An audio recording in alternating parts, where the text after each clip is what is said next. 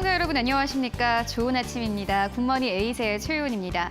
오늘은 9월의 첫 거래일입니다. 볼에 닿는 바람이 하반기임을 가늠케 하는데요. 그렇다면 우리는 남은 4개월간 어떻게 투자 전략을 세워서 성공적인 하반기 투자를 할 수 있을지 오늘도 시장에 나온 이슈들 꼼꼼하게 체크해보고 가도록 하겠습니다. 오늘은 시장의 전체적인 흐름을 보고 가도록 하겠습니다. 네, 어제 수소 관련 종목들의 주가의 상승세가 이어졌죠. 일단 정부의 수소 관련 육성 정책과 함께 글로벌 수소 산업 확장 기대감까지 더해져서 수소 산업 관련 업체들의 성장 기대감이 주가에 반영이 되는 모습입니다. 특히 유럽연합과 미국, 중국, 영국 등 주요 국가들이 수소 산업 육성 정책을 추진하면서 탄소 중립 시계가 빨라지고 있습니다. 국내 주요 기업들도 수소 인프라 투자에 박차를 가하고 있죠. 현대차와 SK, 포스코, 한화, 효성 등 5개 그룹사는 2030년까지 43조 원을 수소 경제에 투자하기로 했습니다. 오는 8일에는 현대차 그룹과 SK, 포스코가 공동 의장을 맡는 수소 기업 협의체는요. 2021 수소 모빌리티 플러스 쇼에서 H2 비즈니스 서밋을 열고 공식 출범하게 됩니다. 기업 간 협업을 약속하고 수소 경제 실현을 앞당기기 위한 협의체인데요. 정부도 정책적인 지원에 적극적입니다. 정부가 발표한 2022년 예산안을 보면 정부는 탄소 중립 경제를 선도하기 위해 약 12조 원 규모의 재정을 투입하기로 했습니다. 정부는 4대 중점 투자 분야 중 하나로 탄소 중립과 디지털 전환 등 미래형 경제 구조 대전환을 꼽았습니다. 신한금융투자의 한 연구원은 하반기 수소 인프라 확대 정책이 본격화할 것이라면서 올해 2월에서 발표가 연기된 수소 경제 로드맵 2도 4분기 중 발표가 예정되어 있어서 하반기 정책 모멘텀이 강화될 것이다라고 내다봤습니다. 네, 그리고 또 오늘 시장에 수소 관련 이슈가 한 가지 더 있습니다. 일진하이솔루스가 상장을 합니다. 일진하이솔루스는 수소 저장 연료 탱크와 모듈 등을 제조하는 수소 모빌리티 핵심 부품 업체로 꼽힙니다. 지난 2011년에 일진그룹에 인수된 이후로 수소 저장 탱크 기술에 집중해서 2013년에는 현대차의 세계 최초 양산 수소차인 투싼 IX의 수소 탱크 공급을 시작을 했습니다. 그리고 2018년부터는요, 넥소에도 공급 중인데 성장 가능성에 이 공모 청약 당시에 흥행 돌풍을 일으켰습니다. 청약 평균 경쟁률은 654대 1을 기록을 하면서 하반기 공모주 중 가장 인기가 높았던 카카오뱅크를 뛰어넘었습니다. 유진투자증권은 이 일진하이솔루스가 글로벌 수소 산업의 대표업체로 성장할 것이라면서 투자 의견을 매수로 제시를 했고 목표 주가를 9만 원으로 분석을 제시했습니다. 공모가가 34,300원인 점을 감안을 하면요. 향후 12개월간 162%의 주가 상승 가능성이 있다고 판단을 한 겁니다. 또 유진투자증권 측에서는 글로벌 수소차 시장이 2020에서 2025년 연평균 87% 성장하는 것으로 추정이 되는 만큼 일진 하이솔루스에도 높은 밸류에이션을 적용할 수 있을 것이다라고 기대를 했습니다. 또 어제 시장의 포인트는 한 가지가 바로 시가총액의 변동이었습니다. 이번에는 좀 배터리 쪽 살펴볼 텐데요. 이 배터리 쪽에서는 삼성 SDI가 LG화학을 제치고 시가총액 6위로 올라섰습니다. LG화학이 오랜 기간 점유하던 배터리 1등주 자리가 이제 삼성 SDI로 바뀐 겁니다. 삼성 SDI가 LG화학을 넘어선 것은 두 종목의 시가총액이 엎치락 뒤치락하던 2007년 초 이후로 처음이라고 합니다. 어제 삼성 SDI는 4% 가깝게 오르면서 79만 3천 원 선에서 거래를 마감했습니다. 이 종가 기준으로 시가총액이 54조 원대로요. LG화학을 1조 원 차이로 앞섰습니다. LG화학은 어제 시장에서 1.5% 넘게 내리면서 75만 8천 원에 거래를 마감했습니다. 외국인은 삼성 SDI로 어제 805억 원 넘게 순매수하면서 상승세를 이끌었습니다. 삼성 SDI에게는 호재가 겹쳤는데요. 2분기 컨퍼런스 콜에서 미국 공장 증설을 예고한 게 계기가 됐습니다. 과거 LG화학과 SK이노베이션에 비해서 증설에 적극적이지 않다는 지적을 받아온 삼성 SDI 전략이 바뀌고 있다는 분석이 나오고 있습니다. 이 컨퍼런스 콜에서 손미카엘 삼성 SDI 전무는 2025년부터 전기차 부품을 역내 생산할 수밖에 없게 돼서 미국 진출을 추진할 계획이다라고 발표를 했습니다. 투자자들은 삼성 SDI가 신규 고객사를 확보했거나 기존 고객사 납품 물량을 늘렸을 것으로 추정을 하고 있는데요. 삼성 SDI가 물적 분할 등 지배구조 이슈에서 자유롭다는 점도 긍정적입니다. 또 수익 창출력 지표인 에비타도 이 삼성 SDI가 LG화학을 넘어설 것이다라는 전망이 나오고 있습니다. LG화학의 배터리 사고로 충당금을 쌓을 수밖에 없기 때문인데요. 현대차증권에 따르면 삼성 SDI의 연간 에비타는 2022년에는 3조 원을 돌파할 것으로 예상이 되고 있습니다. 네, 앞서서 시가총액 변동에 대한 이야기 하고 왔는데 이번에는 코스닥 시장도 보고 가도록 하겠습니다. 지난달 8월에 코스닥 시장의 시가총액 10위권 안에서 2개의 2차 전지 관련 종목이 새롭게 이름을 올렸습니다. 에코프로비엠은 2위에 올랐던 카카오게임즈를 밀어내고 새로운 2위를 차지를 했고요. LNF도 마찬가지로 10위권 이내에 자리하기도 했습니다. 각각 추가적인 증설 모멘텀과 실적에 대한 기대감이 높은 만큼 하반기에 관심을 둘 만하다라는 평가가 나오고 있는데요. 에코프로비엠은 하반기 들어서 주가가 80%가량 올랐습니다. 이달 초에 3위권이었던 코스닥 시가총액 순위가 이제 2위권에 올라서 이 자리를 굳히고 있는 겁니다. 외국인은 에코프로비엠을 한 달간 2,153억 원 넘게 사들이면서 코스닥 시장에서 매수 종목 1위에 이름을 올려놨습니다. 특히나 MSCI 한국지수 구성 종목에 신규로 편입되면서 수급적인 유리함이 집중된 것으로 풀이가 되고 있습니다. 코스닥의 10위권에 진입하기도 했던 LNF 역시 2분기에 흑자 전환에 성공을 했죠. 이 두 기업이 코스닥 시장이 0.6% 오르는 동안 10%의 상승세를 기록한 것은 분명한 움직임입니다. 네, 이렇게 시장에서 공격적인 상승이 나오는 기업들이 있었던 이유는요, 외국인의 매수였습니다. 이번에는 수급 좀 살펴보고 가도록 하겠습니다. 어제 외국인들은 무려 1조 원 넘게 사들였습니다. 대형주 위주로 매수가 들어왔는데 외국인은 코스피 시장에서 1조 원 이상 순매수를 했는데 이는 3월 11일 이후로 처음이라고 합니다. 원달러 환율도 7원 50전 내린 1,159원 50전으로 장을 마쳤습니다.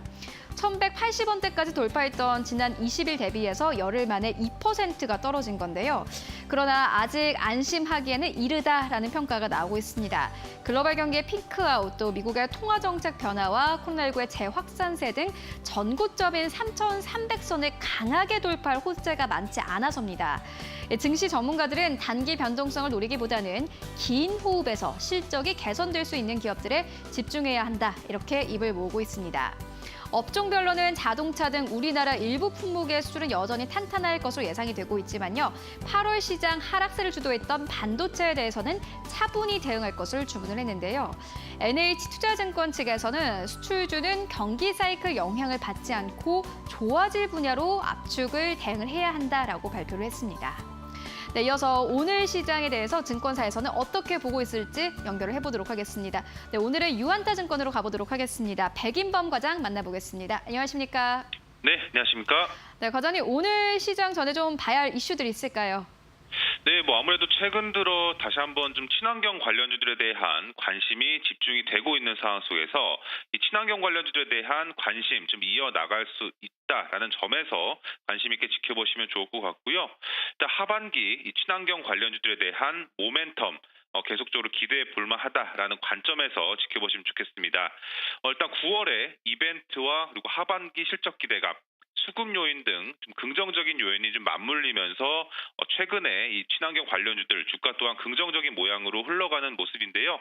일단 우선 오늘이죠. 일단 일진 하이솔루스의 이제 상장일인 점 등과 더불어서 이 수소 관련주에 대한 관심이 좀 더해질 것으로 보여지고 있는데, 일단 우선 오늘 시장에서는 이 일진 하이솔루스를 포함한 수소 관련주들이 이제 같이 상승을 할지, 아니면 일진 하이솔루스를 제외한 나머지 종목들은 좀 조정받을지 여부는 오늘 시장에서 지켜보셔야겠지만, 일단 만일 그 외 종목들의 주가 조정 시에는 수소 관련주 일부는 매수 관점에서 좀 지켜봐야 할 것으로 보인다라는 의견 드리고 싶습니다.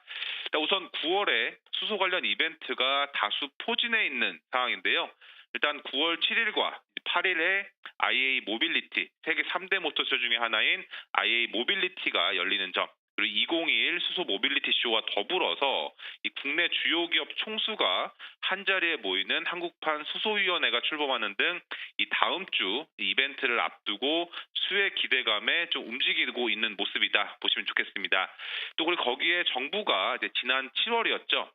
한국판 뉴딜 2.0을 좀 발표했던 점과 더불어서 이 정부의 정책 투자에 대한 기대감 하반기에도 좀 이어질 가능성이 높은 이슈다라고 판단하시면 좋겠습니다. 일단 발표 이후 약 2달이 지난 상황에서 다시 한번 이 정책에 대한 디테일한 그런 계획 등이 나올 여지가 있는 상황이기 때문에 9월 들어서 이 정부의 정책에도 좀 관심 있게 지켜보시면 좋을 것 같고요. 그렇다면 이 친환경 관련주들을 봤을 때 이 탄소 중립 등과 맞물리면서 정부의 이런 뉴딜 정책 그리고 하반기에 수소경제 이행 기본 계획이라든가 순환경제 혁신 로드맵 등이 계속돼서 예정이 되어 있다라는 점에서 정부에 대한 정책은 유효하다라고 보시면 좋을 것 같고요. 또 그리고 거기에 최근 지난 24일 정부가 이 당정협의에서 내년도 예산안에 기후변화 대응기금 약 2조 5천억 원을 추가 투입하는 것으로 합의를 하면서 이에 대한 기대감 역시도 가져가 볼 수 있을 것으로 예상을 하고 있습니다.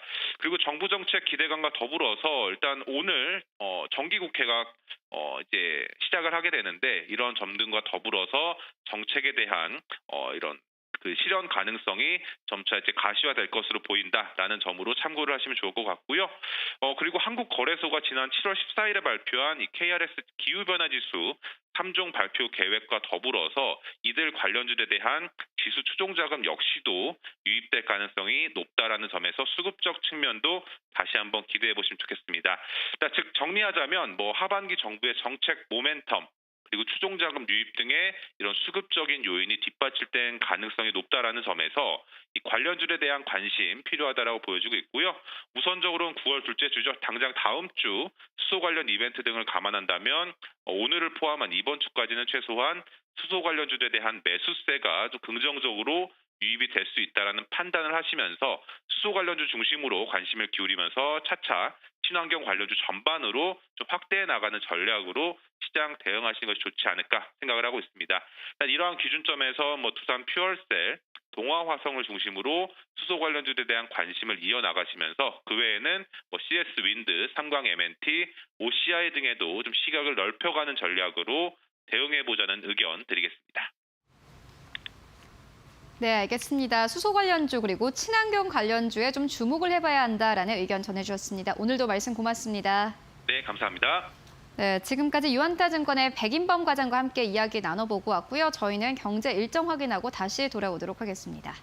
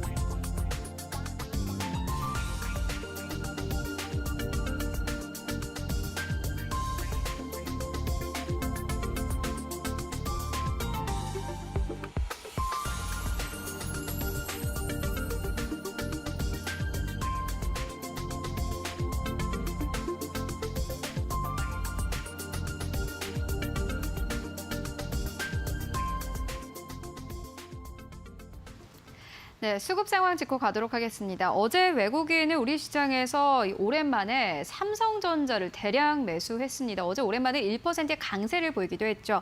또 기관의 경우에는 코스피와 코스닥 양시장을 통틀어서 SK텔레콤을 순매수했습니다. MSCI 리밸런싱과 함께 좀 주가 조정해 올 것이다라는 우려가 나왔는데 어제 기관들은 SK텔레콤을 가장 많이 사들였네요. 이외 종목들 또 어떻게 움직였는지 수급별로 강민정 캐스터가 정확하게 짚어드리겠습니다. 네, 굿모닝 바이앤셀 수급 동향 점검해 보겠습니다. 코스피에 외국인이 돌아왔습니다. 어제 1조 1천억 원 매수 우위 보였는데 이렇게 외국인이 거래소에서 1조 원 넘게 산 건 지난 3월 11일 이후 처음이었습니다. 자연스럽게 종목별 매수 금액도 껑충 올라갔습니다. 특히 삼성전자에도 오랜만에 의미 있는 매수세가 잡혔는데요. 어제 3,600억 원대 외국인의 매수가 집계됐습니다. 이는 8월 4일 이후로 가장 높은 금액이 되겠습니다. 아주 소량의 매수 우위만 보였던 지난주 수요일을 제외하면 17거래일 만에 외국인들 3전에 대해서 매수로 돌아선 겁니다. 2위는 카카오였습니다. 지난 6월에 고점을 달성한 뒤에 주가가 계속해서 이 조정을 받아왔는데요. 카카오페이의 상장일이 10월 14일로 확정이 됐고 공모가는 6만 원에서 9만 원으로 약간 조정해서 증권 신고서 정정이 됐습니다. 사실 외국인보다는 기관 수급이 더 좋습니다. 기관은 10거래일째 매수 이어가고 있습니다. 그 아래로 네이버가 위치했고요. SK하이닉스에도 외국인들 나흘째 매수 우위 이어갑니다. 마지막으로 SK바이오사이언스까지 포트폴리오에 담았는데 여기는 5종목들 모두 2에서 4% 주가 플러스 점프했습니다. 계속해서 코스닥으로 넘어가 보도록 하겠습니다. 코스닥 전체로 보면 외국인들 매도 우위였지만 종목별로는 역시 매수 금액이 코스피처럼 높았습니다. 가장 많이 산 건 에코프로비엠이었는데 400억 원 넘는 순매수세가 유입을 했고요. 그 아래로 셀트리온 헬스케어와 제약 같은 경우 200억 원가량 샀습니다. 마지막으로 에코프로는 180억 원 샀고요. 오스코텍부터는 100억 원 미만으로 매수가 집계가 됐습니다. 또 셀트리온 헬스케어와 제약 그리고 코스피의 셀트리온까지 삼형제 모두 담았던 기관인데요. 이렇게 삼형제에 대해서는 매수가 들어올 때 함께 들어오고 나갈 때 함께 나가는 모습이 계속 포착되고 있습니다. 이어서 외국인의 매도 상위 종목도 함께 확인해 보시죠. 코스피에서 가장 많이 팔아치운 건 SK텔레콤이었습니다. 이 종목 수급 방향성이 투자 주체 간에 엇갈리고 있습니다. 외국인은 어제 2,600억 원 넘게 팔면서 이 종목들 가운데 압도적인 매도 1위에 랭크를 시켰는데요. 하지만 기관은 1,400억 원 넘게 어제 담았습니다. 외국인이 5일째 연속 매도를, 기관은 SK텔레콤 5일째 연속 매수를 하고 있는 모습 확인이 됐습니다. 2위 LG화학입니다. GM 자동차사의 전기차 리콜 이슈가 대두된 이후로 이 수급이 완전히 매도로 돌아섰습니다. 그 전까지는 외국인들이 우리 시장에서 가장 좋아하는 종목 중에 하나가 LG화학이었는데요. 나흘째 외국인들 매도하고 있고요. 기관은 닷새째 매도 이어갑니다. 어제는 1.5% 하락하면서 삼성 SDI의 전기차 배터리 대장주 자리를 내주기도 했습니다. 3위 넥스트사이언스, 그 아래로 삼성전자 우선주와 LG이노텍이 위치했습니다. 이어서 코스닥으로 넘어가 보도록 하겠습니다. HLB와 HLB생명과학, 이 두 종목은 하루 만에 매수 5위권에서 매도 5위권으로 위치가 바뀌었습니다. 코스피의 넥스트사이언스까지 해서 나노젠 관련주인데요. 이 백신에 대해서 베트남에 긴급 사용 승인이 들어가 있었는데 당국에서 보완 서류를 요청하면서 불확실성이 생겼습니다. 특히 HLB생명과학에 대해서는 외국인들 전날 폭탄 매수해서 어제 하루 만에 폭탄 매도로 돌아선 모습이 확인됐습니다. 2위는 위메이드, 4위부터는 에코프로 HN, KMW가 이름 올렸습니다. 이어서 기관의 매매 동향도 살펴보시죠. 코스피에서 가장 많이 산 종목 SK텔레콤이었습니다. 아마존이 어제 한국 시장에 상륙을 했는데요. 소비자 반응이 좋습니다. SK텔레콤이 운영하고 있는 11번가와 아마존이 손잡고 해외 직구 이커머스 시장에 뛰어들었죠. 편리하고 가격이 저렴하다, 그리고 해외 직구치고 배송도 빠르다라는 긍정적인 평가 얻고 있습니다. 다만 어제 수급은 엇갈렸습니다. 기관의 매수 1위, 하지만 외국인의 매도 1위에 랭크가 됐습니다. 크래프톤이 2위였습니다. 이 종목 주가가 하락하는 날도 상승하는 날도 기관은 매일같이 담고 있네요. 어제는 개인과 외국인의 매도에 1%대 하락을 보였습니다. 3위 SK이노베이션, 4위 녹십자가 위치했고요. 현대건설이 마지막으로 5위에 위치했습니다. 어제 건설 대표주들 전부 다 상승했습니다. 기관이 그중에 가장 많이 산 건 현대건설이었고요. 이 섹터에서 가장 주가가 많이 오른 것도 현대건설이었습니다. 4%대 급등했네요. 이어서 코스닥으로 넘어가 보도록 하겠습니다. 첨보와 LNF가 1, 2위에 이름 올렸고요. 이 덕산 네오룩스와 BH 같은 폴더블 폰 테마도 어제 일제히 오르는 모습 볼 수가 있었습니다. 덕산 네오룩스 삼성 디스플레이를 통해서 애플에 납품을 하고 있죠. 고객사의 신제품 출시에 따라서 3분기 매출이 레벨업할 것이라는 증권가 분석이 나오고 있습니다. 외국인들이 5거래일째 매수 이어가고 있네요. 또 BH 역시 마찬가지입니다. 인쇄 회로 기판을 생산하고 있는 삼성의 체인입니다. 어제 삼성 체인주들도 일제히 수급이 들어온 모습 확인됐습니다. 마지막으로 기관의 매도 상위 종목도 확인해 보겠습니다. 코스피부터 보시죠. 이 삼성전자 외국인이 들어오자 기관이 나갑니다. 어제 1,500억 원어치 주식 매도했고요. 하지만 주가는 2.8% 뛰면서 76,700원을 기록했습니다. LG전자 4위입니다. 주가 미끄러지는 동안 개미들이 많이 받쳐주고 있습니다. 개인 투자자들의 9일 연속 순매수가 나오는 모습 확인할 수 있었고요. 이어서 코스닥 보도록 하겠습니다. 자, 펄어비스 신작 도깨비의 기대감에 오른 주가 어제는 중국에서 청소년 게임 규제안이 나오면서 7% 이상 빠졌고요. 매도를 주도한 건 기관이었습니다. 200억 원 가까이 팔았고 외국인과 기관 모두 매도가 나왔습니다. 특히 펄어비스 외국인들은 14거래일 연속으로 매도하고 있습니다. 자, NK맥스 이 임상치료, 임상 중간 결과가 아주 좋게 나왔습니다. 20% 어제 뛰면서 공매도 수량도 함께 뛰었는데요. 오늘 하루는 공매도 거래가 금지됩니다. 마지막으로 한국 BNC 역시나 임상실험 관련 이슈입니다. 미국에서 임상이 순항 중이라는 뉴스가 나왔고요. 급등하면서 기관들은 차익 실현 매도를 보였습니다. 네, 지금까지 굿머니 바이앤셀 수급 동향 점검해봤습니다.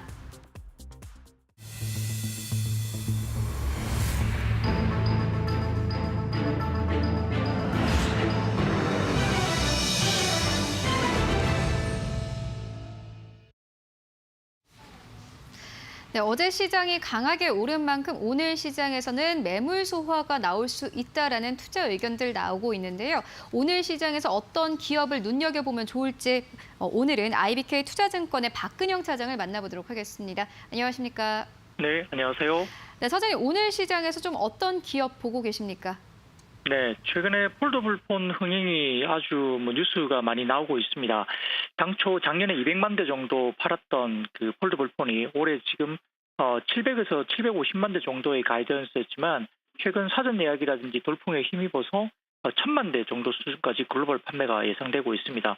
중국 시장도 말씀드렸듯이 돌풍의 지금 한 축으로 작용하고 있는 상황이고요.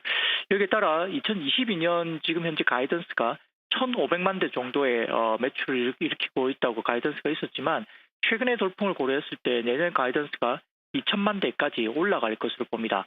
아시다시피 2023년도에는 애플이 또한 그 폴더블폰 시장에 뛰어들기 때문에 제가 생각하기에는 폴더블폰의 대중화가 올해가 본격적으로 시작된다 볼 수 있겠습니다. 여기에 따라 관련된 부품 업종들의 종목들이 상당히 실적이 좋습니다. 그렇게 좋을 거라고 또 예견되고 있는 상황이고요.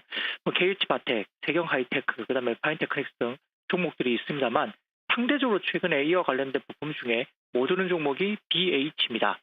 BH 같은 경우는 2분기 때 적자폭이 대폭 축소됐습니다. 그리고 3분기부터 성수기에 들어간다 볼 수 있는데요.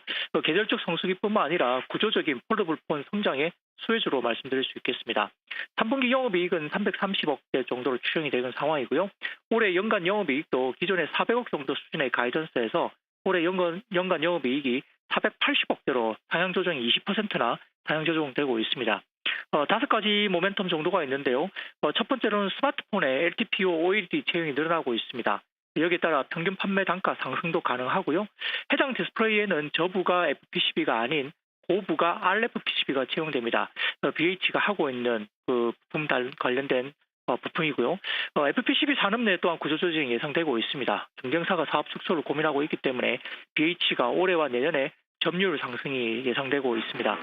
또한 전기차 배터리 FPCB도 주목되는데 향후 수년간 매출 성장률이 연간 50%를 상회할 것으로 봅니다.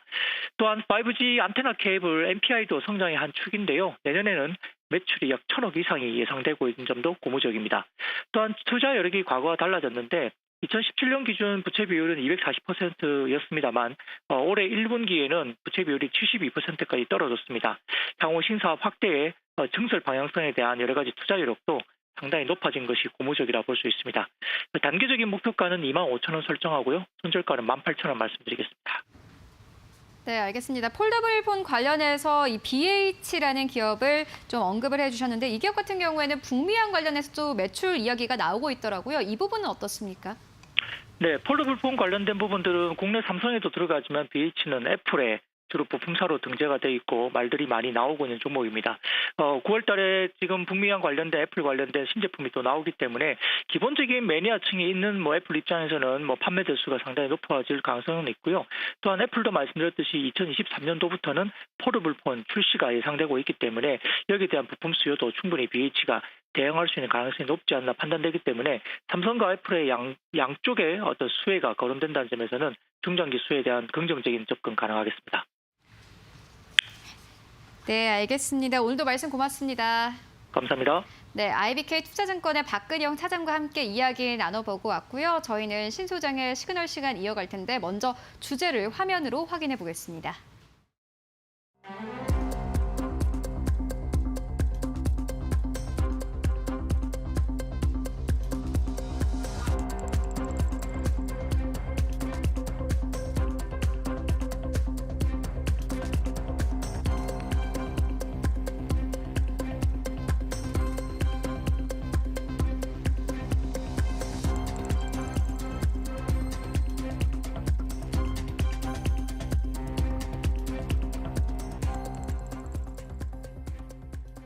네, 신 소장의 시그널 시간 이어가 보도록 하겠습니다. 오늘은 벤자민 투자연구소의 신일섭 소장 모셨습니다. 안녕하십니까? 예, 안녕하세요.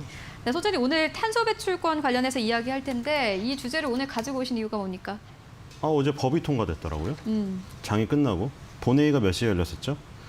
뉴스로 나온 걸로는 저녁에 나왔던데, 예, 7시, 8시 뉴스 나왔던데요. 네, 그러면 그 그래도 부분 좀 열심히 짚고 하네요. 가도록 하겠습니다. 일단 탄소 중립 기본법이 네. 이 국회 본회의를 통과했다라는 부분 네. 짚어주셨는데 그렇다면 이 부분부터 먼저 좀 짚고 가도록 하겠습니다. 네. 이게 어떤 의미를 가지는지 모르시는 분들도 많을 것 같거든요. 네, 근데 반대가 의외로 많이 있었더라고요. 지금 보니까 반대가 거의 50명이 나왔어요. 반대가 100명이고 찬성이 100명이고 반대가 50명 정도로 통과됐더라고요. 지금 내용을 보니까 2030년까지 중장기로 국가 온실가스 감축 목표를 2018년 대비 35% 이상으로 못을 박아버렸어요. 어제 본회의가 통과가 돼버려서 이게 그래서 다시 법을 바꾸기 전까지는 이 법이 유지될 수밖에 없는. 바꿀 리가 없겠죠. 지금 국회의원 임기가 아직 2년 정도 더 남았죠. 그러니까 그 국회의 그 어떤 의석이 안 바뀌잖아요. 그 사이에는 안 바뀌겠죠. 지금 보니까 2018년 대비 35% 이상을 한 이유가 있어요. 이게 2019년 대비 26.3% 감축보다 9%를 높였는데 이걸 왜 높였냐면 2050년까지 탄소 제로를 만들어야 되면 그러면은 시계열로 해보면 2018년 대비 2030년까지 35%를 줄여야지만 2050년까지 0을 만들 수가 있어요. 그래서 이렇게 해버려가지고 지금 발등에 불이 떨어진 업체들이 난리가 났습니다, 지금. 특히 시멘트, 철강, 화학업체들이 지금 우리 어떡하냐고 지금 이거. 아무리 쌍용량회가 그 경북 우성 쓰레기산 치워주고 그런다고 하더라도 시멘트 만들 때 탄소가 많이 발생될 수밖에 없거든요. 이걸 당장 줄이려고 하면 못 줄이니까 탄소 배출권 사야 되고 그만큼 비용이 나가잖아요. 근데 이게 법이 제정돼 버려서 어쩔 수 없나 봐요, 이제. 전 세계 14번째로 2050 탄소 중립 비전을 법제화한 나라가 됐어요, 어제 우리가. 그래서 2018년부터 2050년까지 아까 말한 대로 선형으로 계산했더니 2030년에 37.5를 줄여야 된대, 무조건. 그래서 이 하부로 내려오면은 지방자치단체 단위별로 2050 탄소 중립 녹색 성장위원회를 설치한다. 이것도 있고요. 어제 내용에 국가개발 사업 추진할 때 기후변화 영향평가 제도를 실시해야 된다. 그리고 예산을 책정할 때는 온실가스 감축 인지 예산 제도를 도입해야 된다. 그리고 녹색 경제를 실천해야 돼서 녹색 산업 육성하는 데 지원할 수 있는 기후 대응 기금을 신설해야 된다. 어제 통과된 법에 가장 대표적으로 2030년까지 37.5를 줄여야 된다. 그 밑에 이런 내용이 다 포함되어 있는 거야. 그러니까 어쨌든 결론적으로 탄소 줄여라. 이거 우리가 법으로 못을 박았다. 이걸 해버린 거죠, 어제. 통과가 돼버린 겁니다. 이제 앞으로 지켜야 돼요. 그러면은 이 부분을 봤을 때 소장님께서 보시기에는 어느 쪽에 가장 예산이 많이 들어가던가요? 예산이요? 예산은 탄소 감축에 들어가겠죠? 네. 그래서 지금 우리가 이게 왜 했냐면은 14번째잖아요. 근데 이게 제일 이제 선제적으로 하는 곳이 EU예요, EU. 유럽이 어떻게 했냐면 유럽은 P455라고 이 발표를 했거든요. P55죠. 이게 뭐냐면 1990년 대비해서 온실가스 배출량을 55% 감축하는 목표인데 이 제도의 이름이 있어요. CBAM이라고 카본 보더 어저스트먼트 메커니즘이에요. 근데 이거의 이제 그 세부 내용에 탄소 배출이 많은 국가에서 생산됐는데 유럽으로 수입되는 상품이나 서비스를 대상으로 관세를 부여하겠다. 그러니까 이게 뭐냐면 언론에 나왔던 탄소 국경세를 말하는 거예요, 이게. 그러니까 Fit for 55 발표를 한 거 그 아래에 탄소 국경세가 있어요.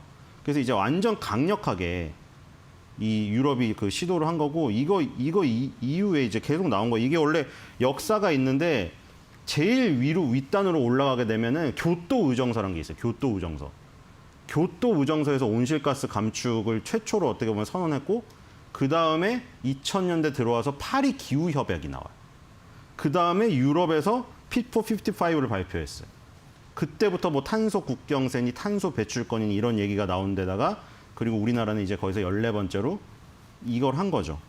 이제 여기서 이제 예산을 뭐 밑으로 내겠죠. 어느 쪽에 많이 들어갈지는 좀 뜯어봐야겠네요. 그렇다면 일단 기업들을 살펴보는 게 가장 중요할 것 같은데 현재 좀 언급되고 있는 기업들이 꽤 많은 걸로 알거든요. 어떤 네. 기업들이 있는지 먼저 좀 확인을 해보고 갈까요? 네, 일단 외국 것 좀 볼게요. 외국 기업은 아니고 ETF인데 네. 생겼습니다. 탄소 배출권 관련해서 선물에 투자하는 ETF가 생겼어요. ETF요. 네. 생긴 지 얼마 안 됐는데 작년 7월 30일이니까 지금 1년 정도 됐거든요. 티커는 KRBN이에요. 네, 여러분들 HTS 요즘 해외 주식 다 뜨잖아요. 뭐 해외 주식 HTS 따로 있는 것도 있더라고요. 저는 유한타 쓰는데 그냥 같이 치면 되거든요. KRBN 치면 나와요. 네. 그래서 이 크레인 셰어스 글로벌 카본 이거의 약자죠. 6개월간 46%가 올랐네요. KRBN이 2020년도 7월 30일에 상장이 되었는데 그 당시 20달러였거든요. 20달러에서 지금 40.09달러를 8월 30일 날 찍었어요. 어제 최고가였어요. 딱 2배가 올랐습니다. 1년 만에. 이게.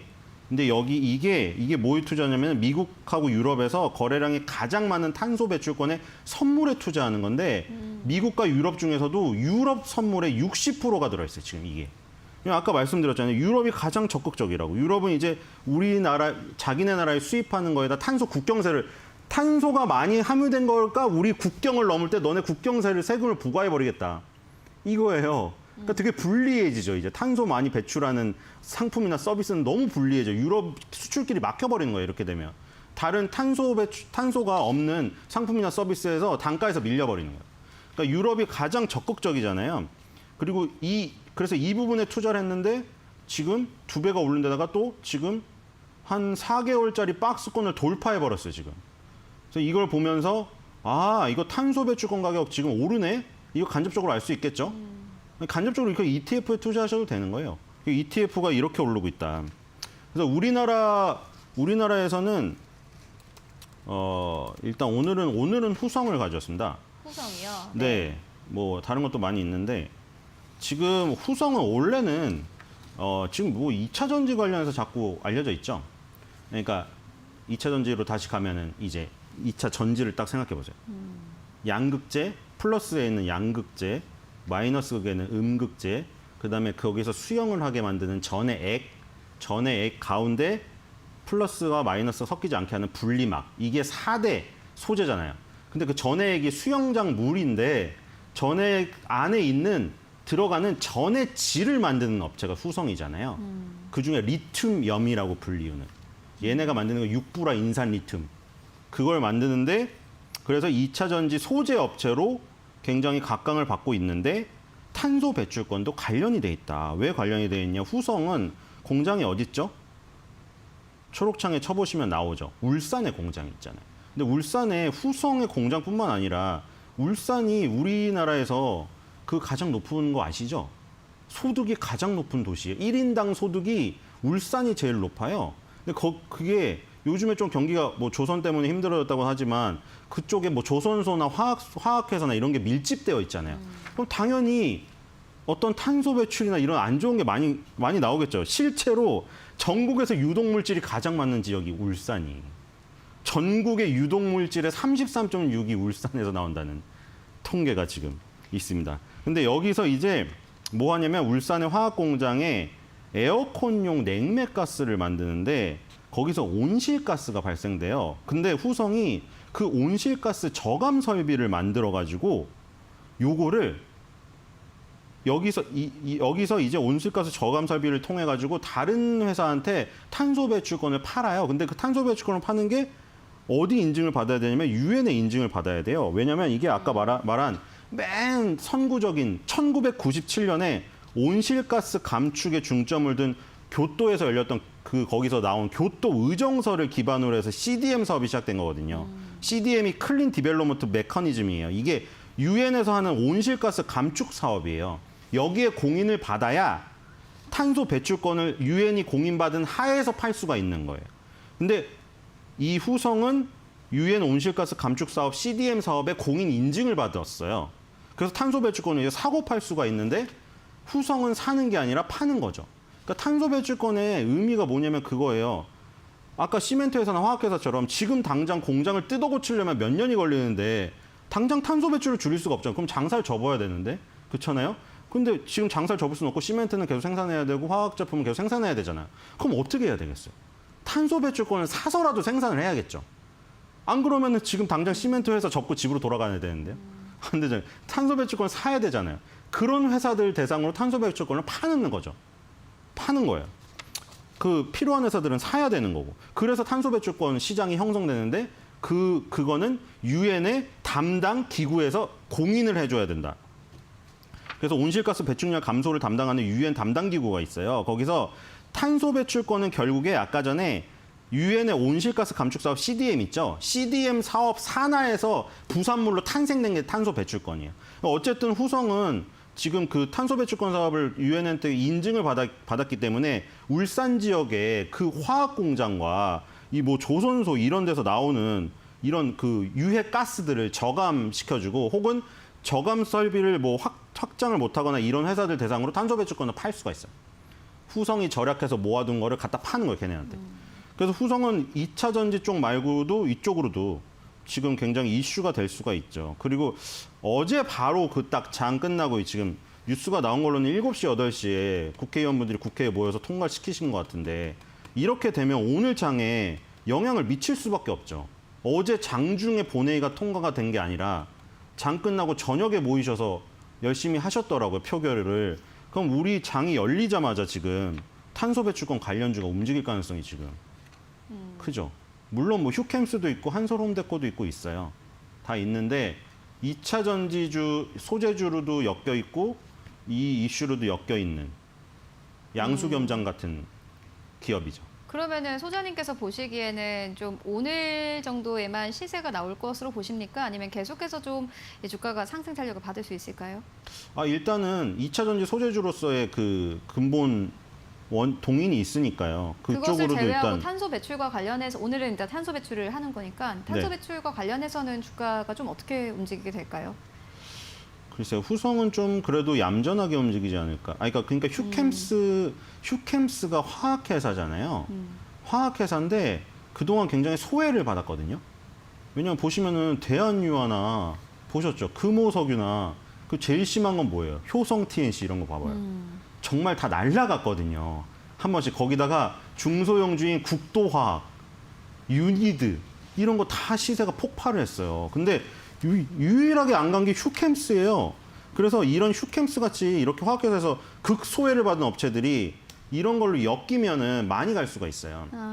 그게 좀 그러니까 더 다이나믹함을 추구하는 거는 그게 좋은데 후성 같은 경우에 이제 2차 전지라는 안정적인 그 성장판이 있고 요게 있으니까 그것보다는 좀 다이나믹함은 떨어질 것 같아요. 근데 다이나믹함은 떨어지지만 그 대신 강점은 뭐냐? 후성은 좀 더 진득하게 갈 수가 있는. 그렇다고 휴캠스가 원래 굉장히 중장기적인 가치 투자자들이 하는 종목이에요. 자체가 스타일이. 그런데 뭐 제가 그 스타일을 몰라서 그 다이나믹하게 뭐 테마주를 움직인다고 그런 얘기를 드리는 건 아니고 후성이 워낙 지금 중심이 그거잖아요. 지금 화학회사는 약간 어제 얘기를 드렸잖아요. 정유회사의 물량 공세에 약간 밀려요. 물론 휴캠스가 NCC를 갖고 있거나 그런 업체는 아닌데 어쨌든 화학회사의 정점은 지났는데 지금 2차 전지는 아직도 뜨거워요. 그렇기 때문에 그 뜨거운 게 있는 가운데 요 이슈가 딱 붙으니까 좀 더 이렇게 단기적으로 하루 움직임으로 끝나지는 않지 않을까, 후성이. 그런 생각이 들어요. 그러면은 기업 가치를 베이스로 했을 때를 가정을 해서 후성이 지금 탄소 배출권 관련한 수혜주로는 조금 더 안정적으로 가져가 볼 만하다 이렇게 보시는 거죠? 네, 그렇죠. 아까 그 해외 주식에서 후성을 쳤는데 후성이 따로 있었군요. 계속 그게 아마 나갔을 수도 있을 거예요. 그게 해외 차트에서 후성을 쳐서 제가 맨날 보던 차트랑 틀린데 이랬더니 중국에 있는 후성이라는 업체인가 봐요. 네. 그게 뭐야 이거. 우리나라 후성의 주가는 이미 박스권을 돌파했어요. 네, 아까 전에 해외 종합 차트를 펴는 데가 제가 그냥 후성을 딱 쳤는데 후성이 나와가지고 저는 그냥 보고 있었는데 아니었습니다. 어쩐지 모양새가 너무 다르더라고요. 그래서 지금 후성은 이미 박스권을 돌파해 놓은 상황이고 그리고 실적이 지금 굉장히 좋거든요. 이거 보시면은 2018년부터 20년까지 굉장히 내리막을 걸었거든요. 2018년에 나오죠. 2018년에 매출액이 2,749억으로 시작해가지고 2020년까지 완전 내리막에 영업이익은 더 가팔라요. 2018년에 396억이 나왔는데 2020년에 28억으로 쪼그라들었어요. 그러다가 이번에 이건 퀀텀 점프입니다. 이거는 퀀텀 점프. 중간 단계를 생략하고 넘어가는 거죠. 영업이익이 28억인데 지금 예상치가 벌써 282억이 떨어지고 있어요. 지금 2분기까지 확정이 된 상태잖아요. 지금 이게 2분기까지 확정이 된 상태에서 이 정도니까 지금 3분기로 갈수록 더 늘어나고 있네요. 지금 이번 연도 1분기에 영업이익이 적자였는데 2분기부터 71억, 그다음 3분기 지금 114억이 예상되고 있습니다. 지금 그래서 282억이 달성 가능할 것 같아요. 이렇게만 되면 와 지금 작년에 비해 엄청나게 퀀텀 점프를 하죠. 그러니까 주가가 지금 박스권 뚫었어요. 그러니까 지금 2차 전지의 모멘텀만으로 박스권을 돌파했어요. 근데 여기에 탄소 배출권이 얹혀지면 굉장히 지금 좋죠. 이 박스권도 이게 한 달짜리가 아니고 월봉이기 때문에 5년짜리 박스권입니다. 5년. 이 5년짜리 박스권이 돌파가 됐어요. 그래서 지금 굉장히 지금 좋은 상황이다. 저렇게 오래된 박스권이 돌파가 됐다는 거는 이 사이에 있는 매물이 다 소화가 이루어졌다는 거예요. 소화가 이루어져서 꺽 하고 트림한 다음에 빵 올라가는데 여기에 마침 어제 갑자기 밤 8시에 본회의 통과 소식이 나와가지고 이 후성은 어쨌든 울산 지역에 공장을 갖고 있기 때문에 그게 위치적으로 굉장히 유리해요. 보니까. 울산에 공장이 굉장히 많고 아까 말한 대로 울산 지역에 유독 물질이 많은데 거기 이제 발등에 불이 떨어진 거죠. 거기 있는 공장들이 다 발등에 불이 떨어졌어 지금. 이제 2018년 대비해서 35%를 2030년까지 감축을 시켜야 돼요. 그러니까 이제 다 찾겠죠. 저감 설비를 찾던가 탄소 배출권 많이 갖고 있는 회사를 찾아가 갖고 우리 탄소 배출권 좀 팔아라 이러겠죠. 그러니까 탄소 배출권 갖고 있는 기업들은 몸값이 높아질 수밖에 없습니다. 일단 뭐 후성에 대한 기업에 대한 이야기를 해주신 걸 보면은 아무래도 후성이 조금 주가 탄력을 받을 수 있다 이렇게 보이기는 합니다만은 제가 일단 또 보수적인 질문을 드려야 되지 않습니까? 보니까 SK증권 측에선 사실상 탄소 배출권 같은 경우에는 가치주이긴 하지만은 좀 테마주로 움직일 가능성이 굉장히 크다라는 부분을 우려를 하고 있거든요. 그렇게 되면은 뭐 주가가 탄력이 나올 수도 있겠지만은 좀 단기적일 가능성도 크고 단기적이라면은 사실 테마주는 하루에도 움직이니까 하루 올랐다가 또 빠질 수 있는 가능성도 있어서 지금 보시는 시청자들이 무턱대고 샀다가 어느 순간 딱 떨어지면은 이게 회복이 안 되는 상황이 올 수도 있거든요. 그렇다면 전략이나 뭐 매매 타이밍도 좀 중요할 것 같은데 그 부분 어떻게 보세요? 그러니까 지금 그걸로만 움직이면 테마죠. 근데 2차 전지 주의 흐름을 보면은 자 이제 소재주 중에서 그럼 비슷한 걸 보자고요. 첨보, 전해액에 관련된 전해액 중에 이제 들어가는 전해질 중에 F 전해질이라고 개발해가지고 그거를 이제 기업들이 많이 쓴다고 해서 뜬 첨보. 자, 이 흐름을 같이 하고 있잖아요. 첨보도 지금 오래된 박스권을 돌파해가지고 지금 20만 원대로 올라갔죠. 후성이 후발이에요. 첨보가 먼저 뚫은 다음에 그다음 후성이 뚫었죠. 자, 이런 것들이 지금 움직이고 있어요. 지금 이 밸류체인상 이쪽이 움직이고 있는 지금 상황이에요. 지금 보면은 그 배터리 3사가 이미 갔고 지금 좀 쉬고 있죠. 배터리 3사는 좀 쉬고 있죠. LG화학이랑 좀 쉬고 있네요. 그렇죠? 요거만 빨리 보고 이제 끝낼게요. 삼성 SDI, 그렇죠? 삼성 SDI는 아직도 지금 굳건하고 저희 SK 이노베이션은 사실은 정유에 좀 관련이 더 있는데 그래도 배터리로 좀 중점이 무게감 있으니까 조금 내려갔지만 10개월 선을 버티고 있고. 자, 네. 이 상황에서 밑단애들이 다 살아 있어요. 자, 이거 보세요. 에코프로 BM. 이 양극재 업체입니다. 에코프로 BM 이쪽으로 넘어오죠. 그다음에 포스코 케미칼. 자, 포스코 케미칼 이거 살아 있죠. 그리고 LNF 3대예요. LNF 보세요. 다 살아 있잖아요. 양극재 업체 다 살아 있죠. 그다음에 이제 이쪽 전해액 쪽으로 넘어오면 첨보, 후성. 자, 이렇게 살아 있습니다. 그래서 배터리 밸류체인이 다 살아 있기 때문에 네. 후성은 이 탄소 배출권이 가격 변동이 되게 심해요. 그거를 감안해서 움직이더라도 후성 같은 경우에는 2차 전지 소재 쪽으로 더 네. 근본적으로 움직이는 부분이 있기 탄소 때문에 배출권만 있는 게 별로 아니라 흔들려도 걱정은 안 하셔도 된다. 네, 알겠습니다. 오늘은 또 탄소 배출권 그중에서도 후성에 대한 이야기 나눠보고 왔습니다. 네, 지금까지 벤자민 투자연구소의 신일섭 소장과 함께했습니다. 고맙습니다.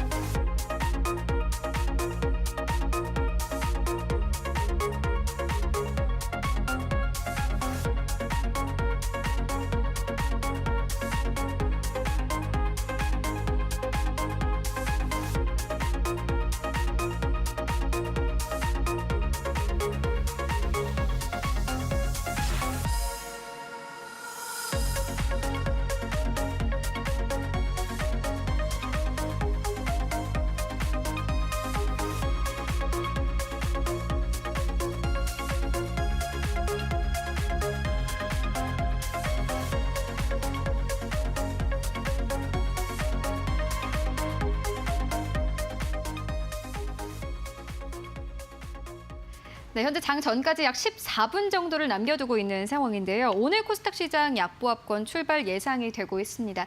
증권가에서는 오늘 시장을 어떻게 보고 있을지 업앤다운 지금 만나보도록 하겠습니다. 네, 오늘 윤정식 부장은 시장 상승으로 전망하고 있습니다. 2차 전지와 반도체에 관심을 두고 있고 이재규 대표는 오늘 시장 하락으로 전망을 하고 있는데 동아 엘텍에 주목을 하고 있습니다. 새로운 종목으로 좀 올라오갔고요. 이성훈 과장은 GS건설에 관심을 두고 있고 현재 김민재 팀장은 인터플렉스에 관심을 두고 있습니다. 그리고 김태정 팀장은 오늘 시장에서 SK바이오팜에 주목을 하고 있습니다. 네, 먼저 윤정식 부장 그리고 이재규 대표 함께 화상으로 연결을 해보도록 하겠습니다. 네, 두 분 화상으로 연결을 해볼 텐데요. 네, 먼저 윤정식 카카오페이 증권 부장 그리고 이재규 AJ 인베스트먼트 대표 연결을 해보도록 하겠습니다. 안녕하십니까? 네, 안녕하세요. 네, 먼저 오늘 윤정식 부장님은 시장 상승으로 전망을 해주셨는데 시장을 좀 긍정적으로 보고 계신 겁니까? 네, 우선은 전일 미국 시장은 조금 소폭 하락을 하긴 했지만 국내 시장이 워낙 좀 수급이 좋았습니다. 시가총액 상위 종목들 대부분 상승을 했고요. 상승 폭도 괜찮았고요. 그리고 무엇보다도 외국인의 매수가 1조가 넘는 매수가 들어오면서 굉장히 좀 긍정적인 모습들을 보여줬습니다. 항상 시장 상승에 대한 그런 정확도를 높이기 위해서는 거래량과 이 매매 대금 그리고 이 매수 규모 중에서도 특히 외국인의 매수가 중요하다라는 말씀을 많이 드렸었는데 외국인이 전일 1조 1,000억이 좀 넘는 매수를 보여줬고 거래 대금이 15조를 16조에 육박하는 그래도 굉장히 만족스럽진 않지만 그래도 최근 들어서는 비교적 좋은 그런 거래 대금까지 보여줬습니다. 삼성전자 하이닉스도 2% 이상 상승을 했고요. 근데 이런 배경에 외국인이 샀던 배경에 가장 중요했던 거는 이제 환율이다라고 좀 보여지는데요. 이 잭슨홀 미팅에서 이 테이퍼링에 대한 명확한 이 얘기를 해주면서 시장을 좀 안도를 했고요. 이 원화의 약세, 불안했던 이 원 달러 흐름이 다시 한번 원화의 약세는 멈추고 조금씩 강세로 돌아서는 그런 긍정적인 모습들이 있었기 때문에 외국인의 매도가 크게 나올 가능성이 이제는 굉장히 좀 적다. 왜 수급적으로 환율이 굉장히 좀 좋은 상황이기 때문에 외국인의 매수가 나올 가능성 높고, 그렇게 본다라면은 이 시장 상승할 가능성이 높다라고 말씀드릴 수 있겠습니다. 네, 그런데 부장님 어제 시장에서는 외국인들이 좀 매수를 해서 환율이 좀 내려간 거 아닙니까? 그런 부분들도 분명히 영향이 있습니다. 근데 외국인들이 매수를 할 때 이 전제 조건이 있습니다. 원화가 그럼 약세가 된다라는 부분들이 있다면 저렇게 적극적으로 매수를 할 수는 없거든요. 이 외국인의 매수가 들어왔기 때문에, 아니면 원화가 약세가 됐기 때문에 뭐 닭이 먼저냐 사실은 달걀이 먼저냐 이런 부분들도 있는데요. 분명히 잭슨홀 미팅에서 환율을 안정화시킬 수 있는 그런 긍정적인 발언들이 있었기 때문에 외국인의 매수가 들어왔다라고 보는 게 좀 더 맞을 것 같습니다. 네, 알겠습니다. 그렇다면 이재규 대표님께서는 오늘 시장을 하락으로 전망을 해주셨는데 오늘 시장 전반적인 분위기 어떻게 보고 계세요? 네, 우리 시장 오늘 제가 하락이라고 말씀을 드렸는데 큰 폭의 하락이라기보다는 조정을 어느 정도 받을 거다라고 생각을 하고 있습니다. 앞서 말씀해 주신 것처럼 시장에 대한 외국인의 수급이 강하게 들어왔고 대형주가 어제 강세를 보였는데 그 강세폭이 좀 강했다라고 생각을 하기 때문에 오늘 대형주들이 어느 정도 좀 조정이나 눌림을 받게 된다면 지수 자체는 좀 고전할 수 있지 않을까라고 생각을 하고 있습니다. 하지만 지지난주까지 이어졌었던 그런 하락장은 아니라 상승 반등 추세에 놓여 있는 일시적인 눌림목 정도라고 생각을 하고 있습니다. 그리고 최근에 환율이 많이 올라가면서 시장에 부담을 많이 줬었는데 현재 최근에는 좀 많이 빠졌죠. 많이 내려오면서 안정화가 되고 있는 상태인데 환율이 더 올라가기에는 부담이 되는 구간이라고 보고 있기 때문에 현재 수준에서는 이제 환율이 어느 정도 안정화가 되면서 시장 자체의 전체적인 흐름은 반등을 이어갈 수 있다라고 보고 있습니다. 전체적으로 시장에서 폴더블폰이나 시장에서 좀 부각받고 있는 섹터들이 있는데 저는 최근에 이 OLED 쪽에 대한 관심을 좀 두고 있습니다. 아무래도 계속해서 스마트폰, 폴더블폰에도 이 OLED가 사용이 되고 있고 과거에는 사용이 되지 않았었던 분야의 이 OLED 패널이 계속해서 사용이 되면서 OLED의 이 수요가 증가되고 있다라고 하죠. 노트북에도 OLED가 사용이 되고요. 태블릿 PC라든지 TV에도 OLED 사용 면적이 계속해서 늘어나면서 자동차에도 이제 사용이 된다라고 합니다. 그래서 내년에는 올해에 대비해서 OLED 판매가 수요가 약 150%대의 폭발적인 성장이 나온다라고 해요. 그래서 이제 굉장히 오랫동안 이 OLED에 대한 대기업들의 투자가 제한적이었었던 상황인데 올해 하반기부터 삼성과 LG에서 약 7조 정도의 자금을 투자한다라고 합니다. 그래서 이에 따른 OLED 관련주들에 대한 OLED 관련주들에 대한 관심이 좀 필요한 시기가 아닐까라고 생각하고 있습니다. 네, 알겠습니다. 올레드 쪽을 좀 보고 계신다라는 부분 짚어주셨고 윤정식 부장님께서는 2차 전지와 반도체주에 관심을 두고 계신데 반도체주가 관심주에 좀 들어왔다가 다시 빠졌다가 이런 좀 패턴이 있는 것 같은데 오늘 이 반도체주에 다시 한번 관심을 가지게 된 이유가 뭡니까? 네, 사실은 2차 전지 반도체가 계속 관심입니다. 계속 관심인데 이 중간에 이제 다른 섹터들이 조금 보여서 말씀을 같이 드렸던 거고요. 이 2차 전지도 그렇고 반도체도 그렇고 시장에서 반도체 같은 경우는 사실은 특히 환율 영향 계속 많이 받는다라고 말씀을 드렸는데 시장에서 전일 외국인이 샀던 이유도 그렇고요. 반도체 실적이 하반기에 이 주가의 하락폭만큼 빠질 가능성은 매우 낮고요. 그런 부분들 환율이 안정적이기 때문에 우선은 지수는 사실은 박스권 상단 3,250 정도를 뚫기는 만만치는 않아 보이지만 그래도 이 우선적으로는 삼성전자, 하이닉스 환율의 우호적인 흐름들이 있기 때문에 반도체 주수는 지속적으로 좀 보시면 좋을 것 같습니다. 네, 알겠습니다. 그리고 앞서서 이재규 대표님께서는 올레드 쪽을 지금 봐야 한다라는 부분을 짚어주셨는데 네, 그렇다면 오늘 시장에서 관련된 이 기업들 어떤 기업 보면 되겠습니까? 네, 제가 최근에 보고 있는 기업은 동아 엘텍이라는 기업입니다. 이 디스플레이 제조 장비부터 시작을 해가지고 최근에는 OLED 제조용 증착 장비까지 만드는 회사인데 이 앞서도 말씀드렸다시피 OLED에 대한 전방 업체들의 투자가 올해 하반기에 계속해서 진행이 될 가능성이 높습니다. 그리고 이 OLED가 계속해서 사용처가 다변화되면서 이쪽에 대한 수혜가 가능할 거라고 보고 있습니다. 그리고 이 동아일텍 같은 경우는 자회사인 선익 시스템에 대한 메리트도 굉장히 큽니다. 최근에 최근에 조금 조용하지만 이 메타버스 관련돼서 선익 시스템이 보유하고 있는 마이크로 OLED 제조 기술이 꼭 필요하기 때문에 메타버스 시장이 성장하게 된다면 자회사인 선익 시스템이 부각될 수 있고, 그리고 이 동아일텍 역시 회사의 자체적인 사업 모델인 OLED 쪽에 대한 메리트도 부각될 가능성이 높기 때문에 실질적으로 작년 대비해서 올해 매출액이 30% 이상 성장할 것으로 예상이 되고 있는 상태입니다. 최근에 동아일텍이 시장 조정에 어느 정도 눌림을 받았다가 다시 한번 반등을 주고 있는데, 시장에서 큰 섹터 쪽으로라면 건설이나 조선이나 이런 경기 민감주도 좋지만 좀 더 특정 지어서 변동성을 한번 노려보겠다라고 한다면 동아일텍 같은 OLED 관련주를 좀 관심 있게 보셨으면 좋겠습니다. 네, 알겠습니다. 오늘 두 분 다 말씀 고맙습니다. 네, 감사합니다. 감사합니다. 네, 윤정식 부장과 이재규 대표와 함께 이야기 나눠봤습니다. 현재 장 전까지 약 6분 정도를 남겨두고 있는 상황인데 오늘 양시장 강보합에서 거래에 출발할 것으로 보여집니다. 그리고 오늘 일진하이솔루스가 상장을 하게 되는데 현재 예상 체결가까지는 현재는 100%의 상승으로 거래를 출발을 할 것으로 보여집니다. 예상 체결가를 이수민 캐스터가 정확하게 짚어드립니다. 네, 시황센터 이수민입니다. 앞서 말씀처럼 지금 일진하이솔루스 공모가 2배 예상이 되고 있는데요. 이와 관련돼서 수소 관련주들이 오늘도 움직임 보여주는지 한번 체크를 하고 넘어가겠습니다. 효성 첨단 소재는 지금 0.97% 상승세 예상이 되고 있는 상황이고요.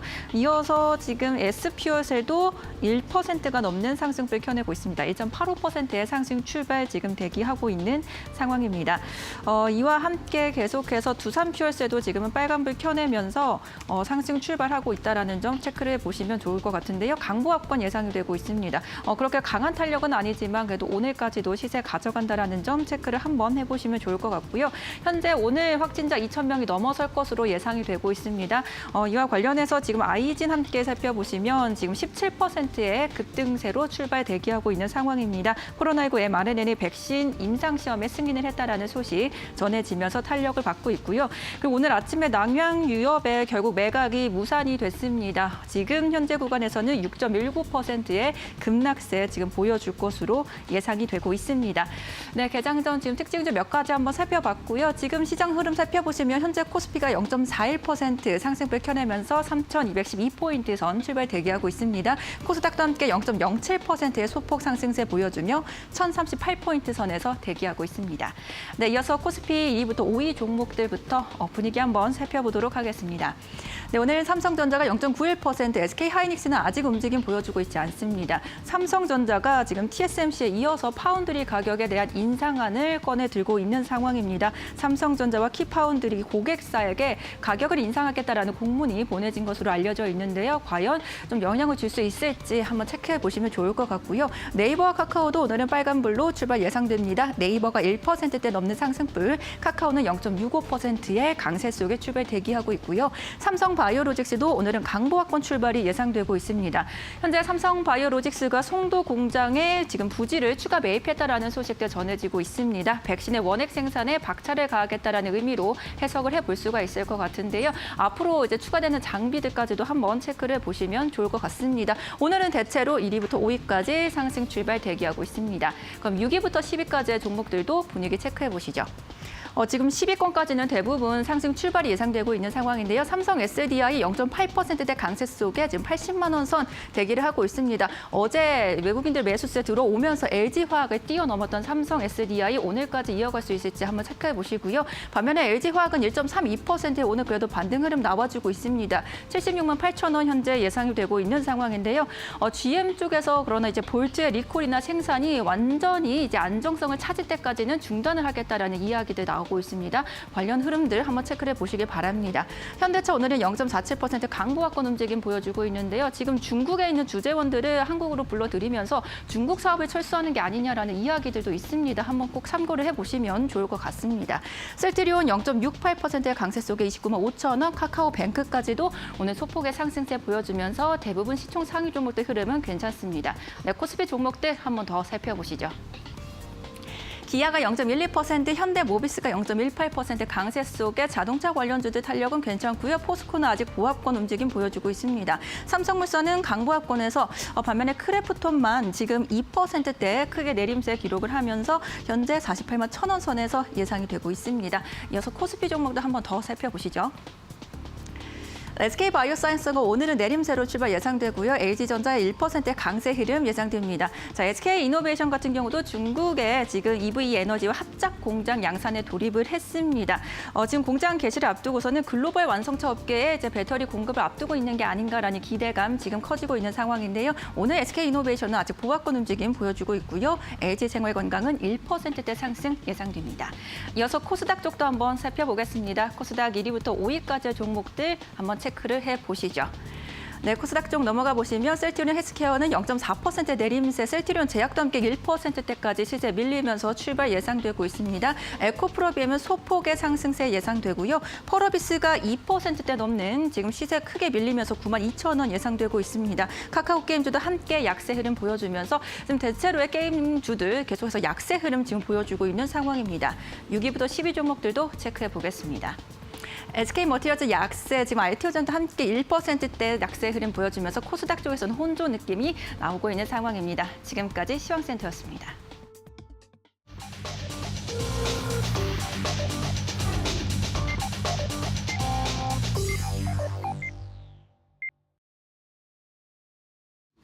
네, 9월 1일 수요일장 모두 개장이 됐습니다. 오늘은 9월의 첫 거래일인데요. 간밤 뉴욕 증시 3대 지수는 약보합권에서 거래를 마감을 했습니다. 일단 좀 쉬어가는 장이었는데 유가도 마찬가지로 1% 넘는 낙폭을 키웠습니다. 그리고 오늘 장전부터 여러 가지 좀 공시가 나오고 있는 상황인데 W게임즈 자회사인 DDI가 미국 나스닥 시장에 상장한다라는 소식이 오늘 아침에 공시가 나왔습니다. 장 전에 공시가 나왔는데 역시나 마찬가지로 오늘 시장에서도 게임주의 희비는 좀 엇갈릴 것으로 보여집니다. 일단 현재 우리 증시 양시장 보합권에서 거래 출발을 하고 있는데요. 코스피는 약보합권에서 거래를 출발을 하고 있습니다. 3,193선에서 거래를 출발을 하고 있는 상황이고 코스닥 시장도 마찬가지입니다. 0.05% 하락세로 1,037선에서 거래를 출발을 하고 있습니다. 어제 좀 시장이 강하게 올라왔던 만큼 장 초반에는 살짝 좀 약한 모습으로 거래를 출발을 하고 있습니다. 이 시가총액 상위 종목들의 흐름도 함께 만나보도록 하겠습니다. 오늘 시장 일단 우리 시장의 IT 투톱 종목들이 하락으로 거래를 출발하면서 시장 좀 전반적으로 빠지고 있는 분위기인데 1, 2위 종목 삼성전자 0.5% 하락세 76,300원대에서 거래를 출발을 하고 있고 SK하이닉스가 낙폭이 조금 더 크네요. 더 크게 좀 올라왔던 만큼 빠지는 것으로 보여집니다. 1% 가깝게 하락하면서 105,500원대 하지만 최근 상승세를 비교를 해봤을 때는 그리 크게 빠지는 수준에서는 아니고요. 오늘 시장이 하락세로 일단 출발을 하고 있는 상황이고 3위권부터 5위권까지 네이버는 오늘 0.3%의 강보합으로 거래를 출발을 하고 있습니다. 오늘 44만 원대까지 다시 올라온 모습 확인될 수 있습니다. 네이버의 경우에는 오늘부터 15일까지 기관 투자자들을 대상으로 이 IR 기업 설명회를 개최한다라고 발표를 했는데 오늘부터 15일간 이 네이버의 이 관련된 기관의 수급도 좀 잘 체크를 해보시면 좋을 것 같고요. 카카오가 0.3% 강보합으로 거래를 출발하고 있습니다. 15만 5,500원대에서 거래 출발하고 있고 삼성 바이오로직스도 마찬가지로 현재 강보합에서 거래 출발합니다. 오늘 1위권부터 5위권까지 네이버가 현재 좀 빨간불이고 이외에는 다시 한번 하락으로 좀 전환이 됐고요. 6위권부터 10위권까지는 오늘 현대차가 좀 강합니다. 2% 가깝게 상승하면서 21만 6천 원대 자동차 관련 종목들 오늘 시장에서 다시 한번 좀 올라오고 있는 상황이고 기아도 마찬가지로 0.4% 넘게 상승하면서 8만 5,500원대에서 거래를 출발을 하고 있습니다. 삼성 SDI 어제 좀 시장에서 강하게 시세가 나왔는데 오늘 시장에서 좀 빠지네요. 0.2% 약보합 79만 1,000원대 그리고 셀트리온도 마찬가지로 0.17%의 하락으로 거래를 출발을 하고 있습니다. 반면에 LG화학 같은 경우에는 좀 저가 매수가 들어오고 있는 듯한 분위기입니다. 오늘 0.7% 넘게 상승하면서 최근에 깨졌던 76만 원대 다시 한번 회복하면서 75만 원대에서 76만 원대까지 올라오면서 어제 시장에서의 배터리주의 흐름과는 조금 다른 흐름으로 거래를 출발을 하고 있습니다. 그리고 카카오뱅크가 다시 한번 11위권까지 밀렸습니다. 오늘 1% 가깝게 하락으로 거래를 출발을 하고 있는 상황이고 이 전에 드렸듯이 오늘 시장에서 좀 자동차주가 그래도 빨간불입니다. 현대차, 기아, 현대모비스까지 모두 상승으로 거래가 되고 있는 상황이고 크래프톤은 0.3%의 강보합으로 거래를 출발을 하고 있습니다. 네, 그렇다면 코스닥 시장은 어떨지 또 만나보도록 하겠습니다. 오늘 코스닥 시장에서의 현재 1위권부터 5위권까지 모두 하락으로 거래를 출발을 하고 있는데 특히나 에코프로비엠의 낙폭이 좀 과도하네요. 오늘 2% 넘게 빠지면서 31만 3,800원대에서 거래를 출발을 하고 있는 상황이고 펄어비스도 마찬가지입니다. 2.4% 넘게 빠지면서 9만 2천원대에서 거래가 되고 있습니다. 카카오게임즈 현재 1% 넘게 낙폭 키우면서 거래 출발하고 있는데 일단 오늘 코스닥 시장 전반적으로 좀 부진하네요. 6위권부터 10위권까지도 LNF 나홀로 빨간불이고 이외의 종목들은 대부분 하락입니다. 일단 시젠 같은 경우에는 뭐 확진자가 2,000명이 넘어섰다라는 소식에도 불구하고 이제 뭐 코로나19 진단키트 관련 종목들은 크게 좀 시세를 내지 못하고 있는 상황입니다. 오늘 시젠 강보합에서 65,900원대에서 거래 출발하고 있고 오늘 리노공업도 강보합권 그리고 휴젤이 오늘도 1% 넘게 강세로 거래를 출발을 하고 있습니다. 오늘 좀 탄소 배출권 관련한 종목들도 일제히 상승으로 거래가 되고 있는데 에코프로 H는 현재 4% 가까운 상승 흐름으로 거래를 출발을 하고 있습니다. 또 특징적인 것은 바로 수급인데요. 오늘 코스피 시장에서 현재 외국인들이 장을 개장한 지 4분 정도 됐는데 외국인이 500억 원 넘게 담고 있는 모습이 확인이 되고 있습니다. 반면에 기관이 좀 큰 폭으로 팔고 있는 상황인데 기관 같은 경우에는 금투 쪽에서 300억 원 넘게 팔고 있고요. 기관도 연기금 마찬가지로 400억 원 넘게 팔면서 현재 코스피 시장에서 막 900억 원 넘게 좀 던지고 있는 상황입니다. 코스닥 시장에서는 외국인들이 153억 원가량 팔고 있고 기관은 42억 원가량 팔고 있는데 개인만이 나홀로 매수합니다. 오늘 그래도 코스피 시장에서 외국인들 좀 매수가 들어온다는 점은 좀 긍정적으로 포착이 되고 있는데 이 전문가들을 모시고 함께 이야기 나눠보도록 하겠습니다. 네, 오늘은요 루크 투자연구소 임순재 소장 그리고 레몬 리서치의 김민수 대표와 함께 해보도록 하겠습니다. 안녕하십니까? 네, 일단 김민수 대표님께서 오늘 시장 좀 현재 특징 어떻게 잡고 계십니까? 네, 일단 오늘 시장이 약합니다. 코스피는 5포인트 하락해서 3,193선, 코스닥은 1포인트 하락해서 1,037선. 이렇게 이어지는 이유는 어제 후폭풍이죠. 어제 너무 리밸런싱 관련된 흐름들에서 외국인들의 강한 매수세가 들어오다 보니까 그에 따른 약간 자정작용 비슷하게 지금 초반에는 나오고 있는 상황들인데 그런 쪽에서 지금 어떤 수급 동향을 봤었을 때 외국인들이 선물 매도, 코스피 시장 매수 이런 구조인데 일단 같이 움직임이 어떤 쪽으로 나오는지 즉 현선물 모두 매수를 가져가느냐 아니면 지금 같은 구조가 계속 굳어지느냐에 따라서 시장 탄력들은 바뀔 것 같고요. 그럼에도 불구하고 지금 아까 빠르게 선물 매도가 줄어든다라는 관점으로 봤을 때 오히려 외국인들 매수에 좀 더 변화가 나오지 않을까로 생각하면서 시장 추가적인 반등 가능성에 무게를 둬야 될 것 같고요. 그런 관점 쪽에서 일단 섹터별 업종별 동향을 보게 되면 오늘 같은 경우는 그래도 올라오는 섹터가 더 많습니다. 대표적으로 통신주, 어제 SK텔레콤은 리밸런싱에 피해를 본 대표적인 종목이죠. 그러다 보니까 올라와야 되지 않을까라는 관점 쪽에서 관심 있게 봐야 될 것 같고요. 그 밖에 운송장비, 은행, 건설 섹터들이 강세를 보이고 있는데 반면에 의약품, 철강금속, 유통업들은 생각보다 좀 시장보다 좀 부진하게 이어가는 흐름들로 보여지고 있습니다. 그런 쪽에서 봤었을 때 시가총액 상위 종목들의 동향들을 살펴보게 되면요. 그 사이에 코스피는 6포인트 플러스로 돌아섰네요. 변동이 참 큰 것 같습니다. 네, 그런 쪽에서 일단 삼성전자, SK하이닉스 다시 플러스로 돌아서는 가운데 현대차의 움직임이 강합니다. 지금 현재 2.5%대 상승으로 올라오면서 21만 8천 원대. 참 얼마만의 상승인지 눈물 날 것 같은데요. 네, 이런 쪽에서 현대차의 흐름 최근에 나왔던 뉴스를 보게 되면 또 애플카와의 뭐 협력 가능성들 이런 쪽도 얘기가 나오는데 자세히 보게 되면은 애플의 기술 중에서 그 원격 제어죠. 그러니까 즉 스마트폰으로 자동차 문을 열 수 있는 이런 제어 기술을 현대차한테 인계했다. 뭐 이런 관점들이 오히려 앞으로 여러 가지 애플카와 관계되는 흐름들의 포석이 아니냐라는 쪽인데 너무 확대 해석하는 게 아닌가 싶습니다. 이런 쪽에서 일단 현대차 출하량만 어느 정도 회복된다라고 하게 되면 언제든지 올라올 수 있는 모습이겠죠. 그런 쪽에서 많이 부진했던 주가의 변화를 계속 체크를 해야 될 것 같고요. 그 함께 또 지금 크래프톤이 다시 50만 원대 들어옵니다. 크래프톤은 여러 차례 언급드렸듯이 지금 신작에 대한 기대감이 게임주의 가장 큰 핵심이다라고 하게 되면 당연히 주가가 더 가야 될 것 같습니다. 그런 쪽에서 지금 이제 막 직전 고점대를 안착해서 나오는 변화 계속 체크할 필요가 있다고 봐야 될 것 같고요. 앞서 말씀드렸던 SK텔레콤도 1.8%대 상승세를 보이면서 이제 지난 고점대에 대한 변화를 이끌어 간다라고 하게 되면 오히려 추가적인 탄력들을 체크해야 될 흐름들이 아닌가 생각이 들고 있고요. 어느 쪽에서 또 SK 아이테크놀로지 같은 경우도 아직까지 주가의 변화는 박스권 안쪽에 있습니다. 그럼에도 탄력들이 아직 강하진 않은데 오늘 2.4%대 상승세를 보이면서 그래도 전기차 섹터들 오늘 좀 혼조세를 여러 가지 보이고 있는데 그중에서 SK 아이테크놀로지는 어제 이어졌던 수급들의 동향들, 흐름들이 양호한 모습들 쪽에서 한 번 더 추가 반등을 시도하지 않을까라는 쪽에 무게를 삼는 그런 모습들로 보여지고 있습니다. 네, 알겠습니다. 그리고 저희가 앞서서 좀 속보로도 전해드렸는데 8월 수출입 지표가 발표가 됐습니다. 이 8월 수출입 같은 경우에는 수출 지표가 34.9% 증가한 532억 달러로 집계가 됐다고 합니다. 8월을 기준으로 했을 때는 역대 최대치라고 하는데요. 일단 월별 수출액은요, 지난해 11월부터 10개월 연속 증가세를 보이고 있는 상황입니다. 이 올해 수출액 같은 경우에는 4,119억 달러로 집계가 됐는데 역대 최단 기간에 4천억 달러를 현재 달성한 상황이라고 합니다. NH투자증권 측에서는 오늘 아침에 수출주 같은 경우에는 사이클의 영향을 받지 않고 계속해서 좋아질 분야다라는 언급들 나오기도 했는데요. 계속해서 이런 지표들도 좀 잘 체크를 해보셔야겠습니다.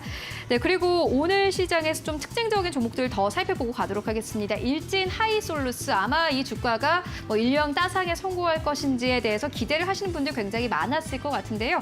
일단 현재 시장에서 상한가를 기록을 했습니다. 89,100원대에서 현재 좀 거래가 되고 있는 상황이고요.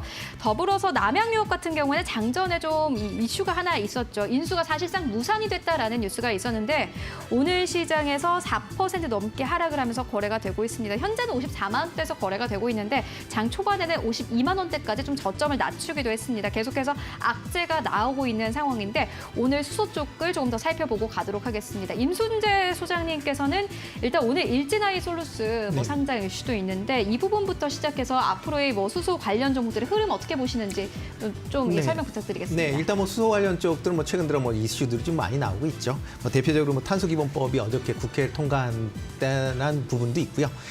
특히 이제 오늘 같은 경우 이제 일진 하이솔루션 같은 경우에는 상장하면서 따상이 될 거냐 했는데 일단 따상은 됐고요. 거래량은 조금 많이 나오고 있습니다. 현재 160만 주 정도 나오고 있는데요. 전체 이번에 상장 물량이 한 1,100만 주 정도 됩니다. 그러니까 그거 한 20% 가까운 물량이 지금 나오고 있다라고 보시면 될 것 같습니다. 아마 내일까지도 아마 이런 상승세는 좀 이어지지 않을까라는 생각을 하고 있고요. 이와 관련돼서 이제 수소주주들이 전체적으로 오늘 좀 강한 그런 좀 모습을 좀 보이고 있습니다.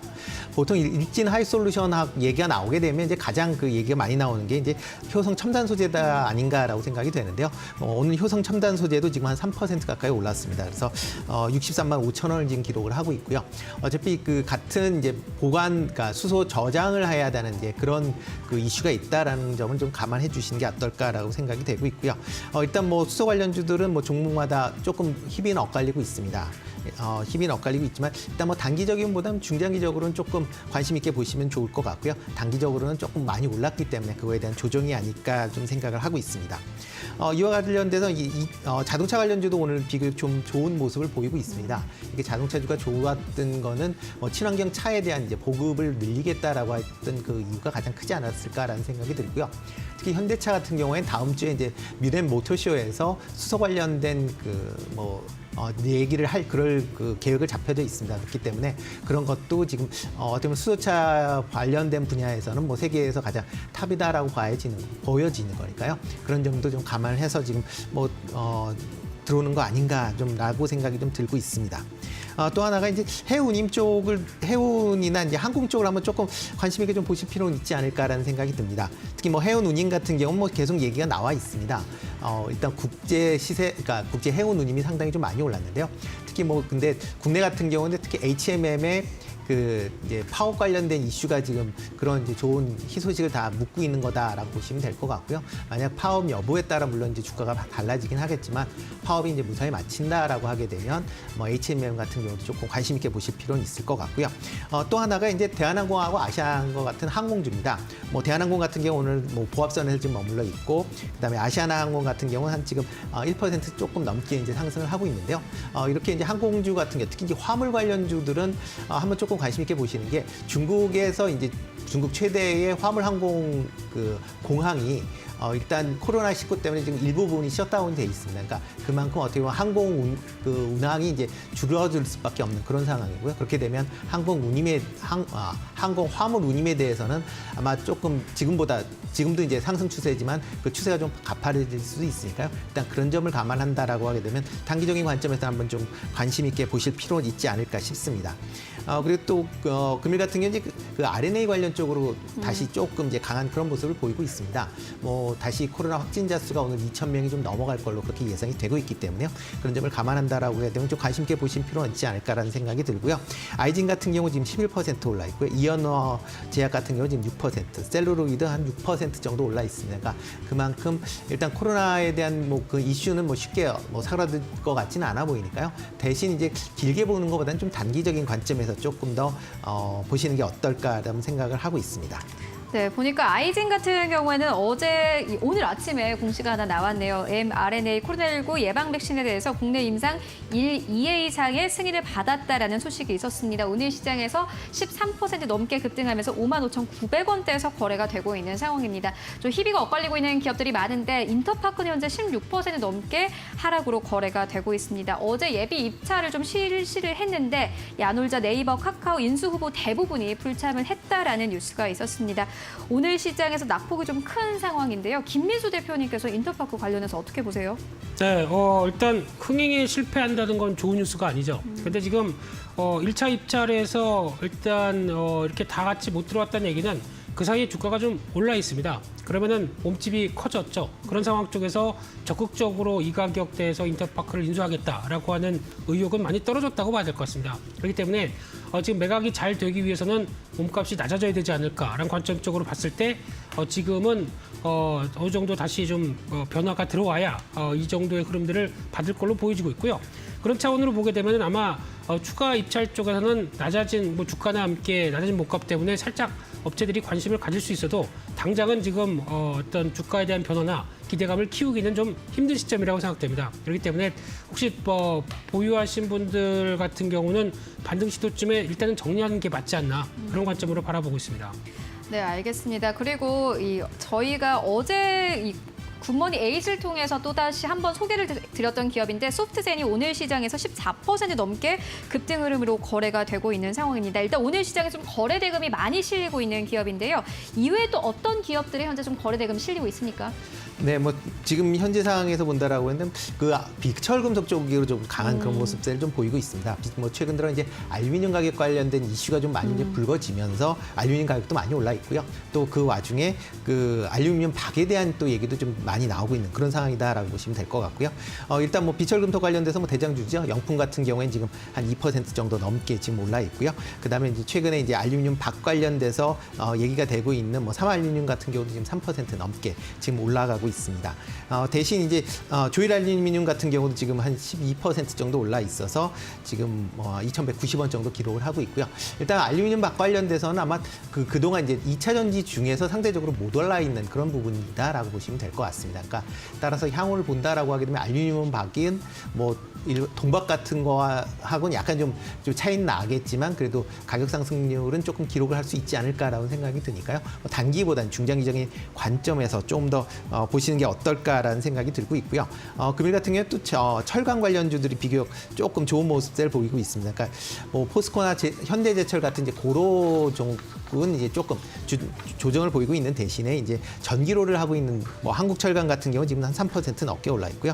뭐 한국특강 같은 경우도 뭐 지금 한 1%대, 그다음에 세가제약도 한 1% 정도 올라 있습니다. 그러니까 뭐 전체적으로 최근에 철 스크랩 관련된 그 가격이 상승이 되면서 관련된 이제 전기로 쪽으로도 조금 관심 있게 보실 필요는 있지 않을까 싶습니다.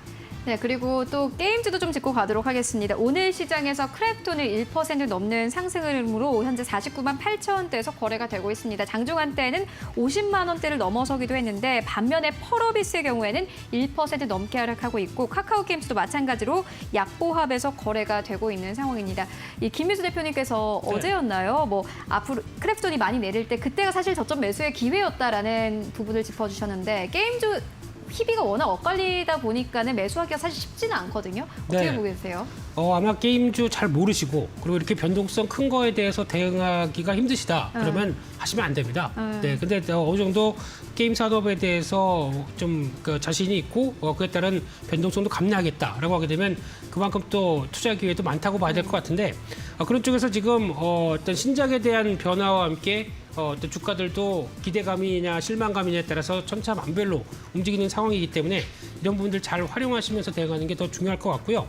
그중에서 관심주까지 같이 말씀드리면 네네. 게임주 내에서 일단 관심 있는 쪽이 어제 주가가 강하게 움직였던 조이시티 같습니다. 이 회사는 일단 저희가 잘 알고 있는 뭐 RPG 게임이 아니라 네. 대표적으로 SLG라고 얘기를 하고 있는데 그 게임들이 보통 이제 캐리비안 해적이라든가 뭐 건쉽 배틀 같은 쪽이다 보니까 어떤 하나의 아이템을 사기 위해서 뭐 어떤 저희가 보통 얘기하는 구매를 해야 되고 이런 쪽이 아니라 어느 정도 전략적으로 게임을 하는 관점 쪽에서 상당히 꾸준히 인기를 얻는 대표적인 게임들이다라고 하게 되면 이쪽에 대한 관심이 더 높아지는 분위기라고 봐야 될 것 같고요. 그런 쪽에서 최근에 웹툰 사업 쪽으로 진입한다고 얘기를 했습니다. 중국 쪽이었죠. 그렇습니다. 네. 중국 1위 업체인데요. 웹툰 업체가 콰이칸이라고 합니다. 이름은 멋있네요. 네, 이쪽에서 500만 달러를 투자해서 이쪽에 이제 웹툰 사업 쪽에 중국 쪽을 진출한다라는 쪽도 호재로 작용하는 부분들이라고 보여지고 있는데 그런 변화가 나오게 되면 일단 실적은 아마 2분기에 순이익이 많이 좀 축소되다 보니까 우려감이 살짝 있었지만은 하반기에는 이런 일회적인 비용 빼고는 여전히 확장세가 이어진다라고 했었을 때 기대감이 높다고 봐야 될 것 같고요. 그런 측면으로 봤었을 때 지금 한 11,000원대 초반 정도는 그렇게 큰 부담 없는 가격대로 봐야 될 것 같고요. 목표가 한 14,000원대까지 직전 고점대가 넘는 수준까지는 꾸준하게 실적 변화를 이끌면서 갈 대표적인 회사가 아닌가 생각됩니다. 실적으로 베이스했을 때 게임주 중에서 조이시티를 좀 볼만하다라는 부분을 짚어주셨고요. 네, 그렇다면 임순재 소장님께서 오늘 시장에서 어떤 기업 보고 계십니까? 네, 오늘 같은 경우는 이제 어저께 이제 탄소 관련된 이제 법안이 이제 통과가 되면서 이제 친환경차에 관련된 이제 좀 이슈가 좀 있지 않을까 싶습니다. 특히 내년 예산 중에서도 이제 친환경 관련된 지원을 하겠다라는 부분이 있고요. 특히 친환경차가 뭐 내년에 50만 대 보급을 위해서 뭐 예산이 2조 8천억 정도 지금 편성이 돼 있다라고 보시면 될 것 같습니다. 그거 관련돼서 오늘 이제 제가 갖고 온 건데 데우플러스라는 종목입니다. 뭐 종목 자체는 일단 뭐 자동차 부품, 가전제품, 그다음 정보통신 관련된 그런 이제 제조업을 이제 하는 그런 회사인데요. 뭐 대표적으로 이제 현대자동차의 스티어링 휠이나 알루미늄 휠을 이제 납품을 하는 그런 회사입니다. 또 하나가 이제 위니아 딤체에 관련된 이제 부품을 이제 납품하는 이제 그런 회사인데요. 일단 최근에 이제 전기차 인프라 관련돼서 이제 신규로 진출을 했습니다. 특히 정부가 이제 2025년도까지 전기 충전소를 이제 50만 기를 지금 뭐 보급을 하겠다라고 하는데요. 그 중에서 이제 휴대용 완속 충전기를 개발을 했습니다. 그래서 차지콘이라는 이제 브랜드를 명을 갖고 최근에 이제 출시가 됐는데요. 이렇게 이제 휴대용이 된다라고 하게 되면 기존의 이제 고정식보다 비용이 이제 상당히 저렴합니다. 그러니까 고정식은 한 3천만 원 넘는 비용이 발생을 하지만 이렇게 휴대용 같은 경우는 뭐 50에서 60만 원 정도 뭐 밖에 비용이 발생을 안 하기 때문에 또 지자체에서도 지원하기가 좋기 때문에 관련 이제 보급이 상당히 좀 증가할 걸로 그렇게 예상이 되고 있고요. 최근에 또 이제 전기차 충전 관련돼서 여러 회사들하고 이제 업무 협약을 현재 진행 중에 있습니다. 뭐 고속 충전기 회사인 이제 시크릿 EV하고 뭐 전기차 충전 관련돼서 업무 계약을 했고요. 그다음에 스타코프하고 이제 컨소시엄으로 해서 정부의 완소 충전기 보조금 사업도 현재 수행을 하고 있는 그런 상황입니다. 그렇기 때문에 뭐 오늘 조금 가격이 좀 많이 올랐습니다. 일단 최근 들어 뭐 조금 상대적으로 좀 저조한 그런 주가 흐름을 보이다가요. 오늘 같은 경우에 조금 이제 강한 이제 반등세를 보이고 있는데요. 일단 조금 조정을 보일 때 사시는 게 어떨까라는 생각이 듭니다. 뭐 지금 보기에는 1,500원 이하대에서 아마 매수를 하시는 게 좀 더 낫지 않을까라는 생각이 들고 있고요. 일단 목표 가격은 1,700원 선, 그러니까 전 고점이죠. 전 고점 바로 직전에 1,700원 선까지 목표가를 제시하겠습니다. 그리고 손절 가격은 1,200원 선에서 손절하시면 되지 않을까 싶습니다. 네, 데우플러스에 대한 이야기까지 듣고 왔습니다. 지금까지 임순재 소장 그리고 김민수 대표와 함께 이야기 나눴습니다. 고맙습니다.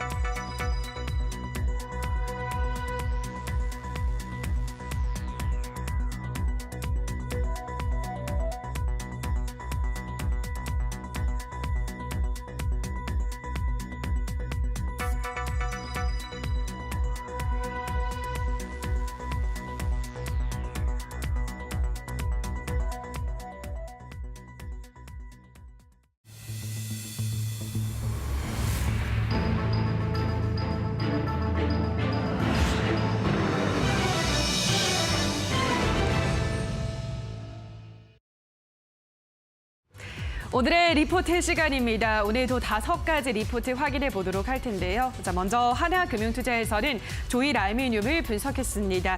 작년 중순부터 시작된 글로벌 알루미늄 수급난이 지속되고 있는 가운데 원자재 공급자 우위 시장이 있음에도 불구하고 3단계 코일 제조업체들이 코일 제조업체인 다른 업체들에 비해서 여전히 절대적인 저평가 구간에 있다고 분석했습니다.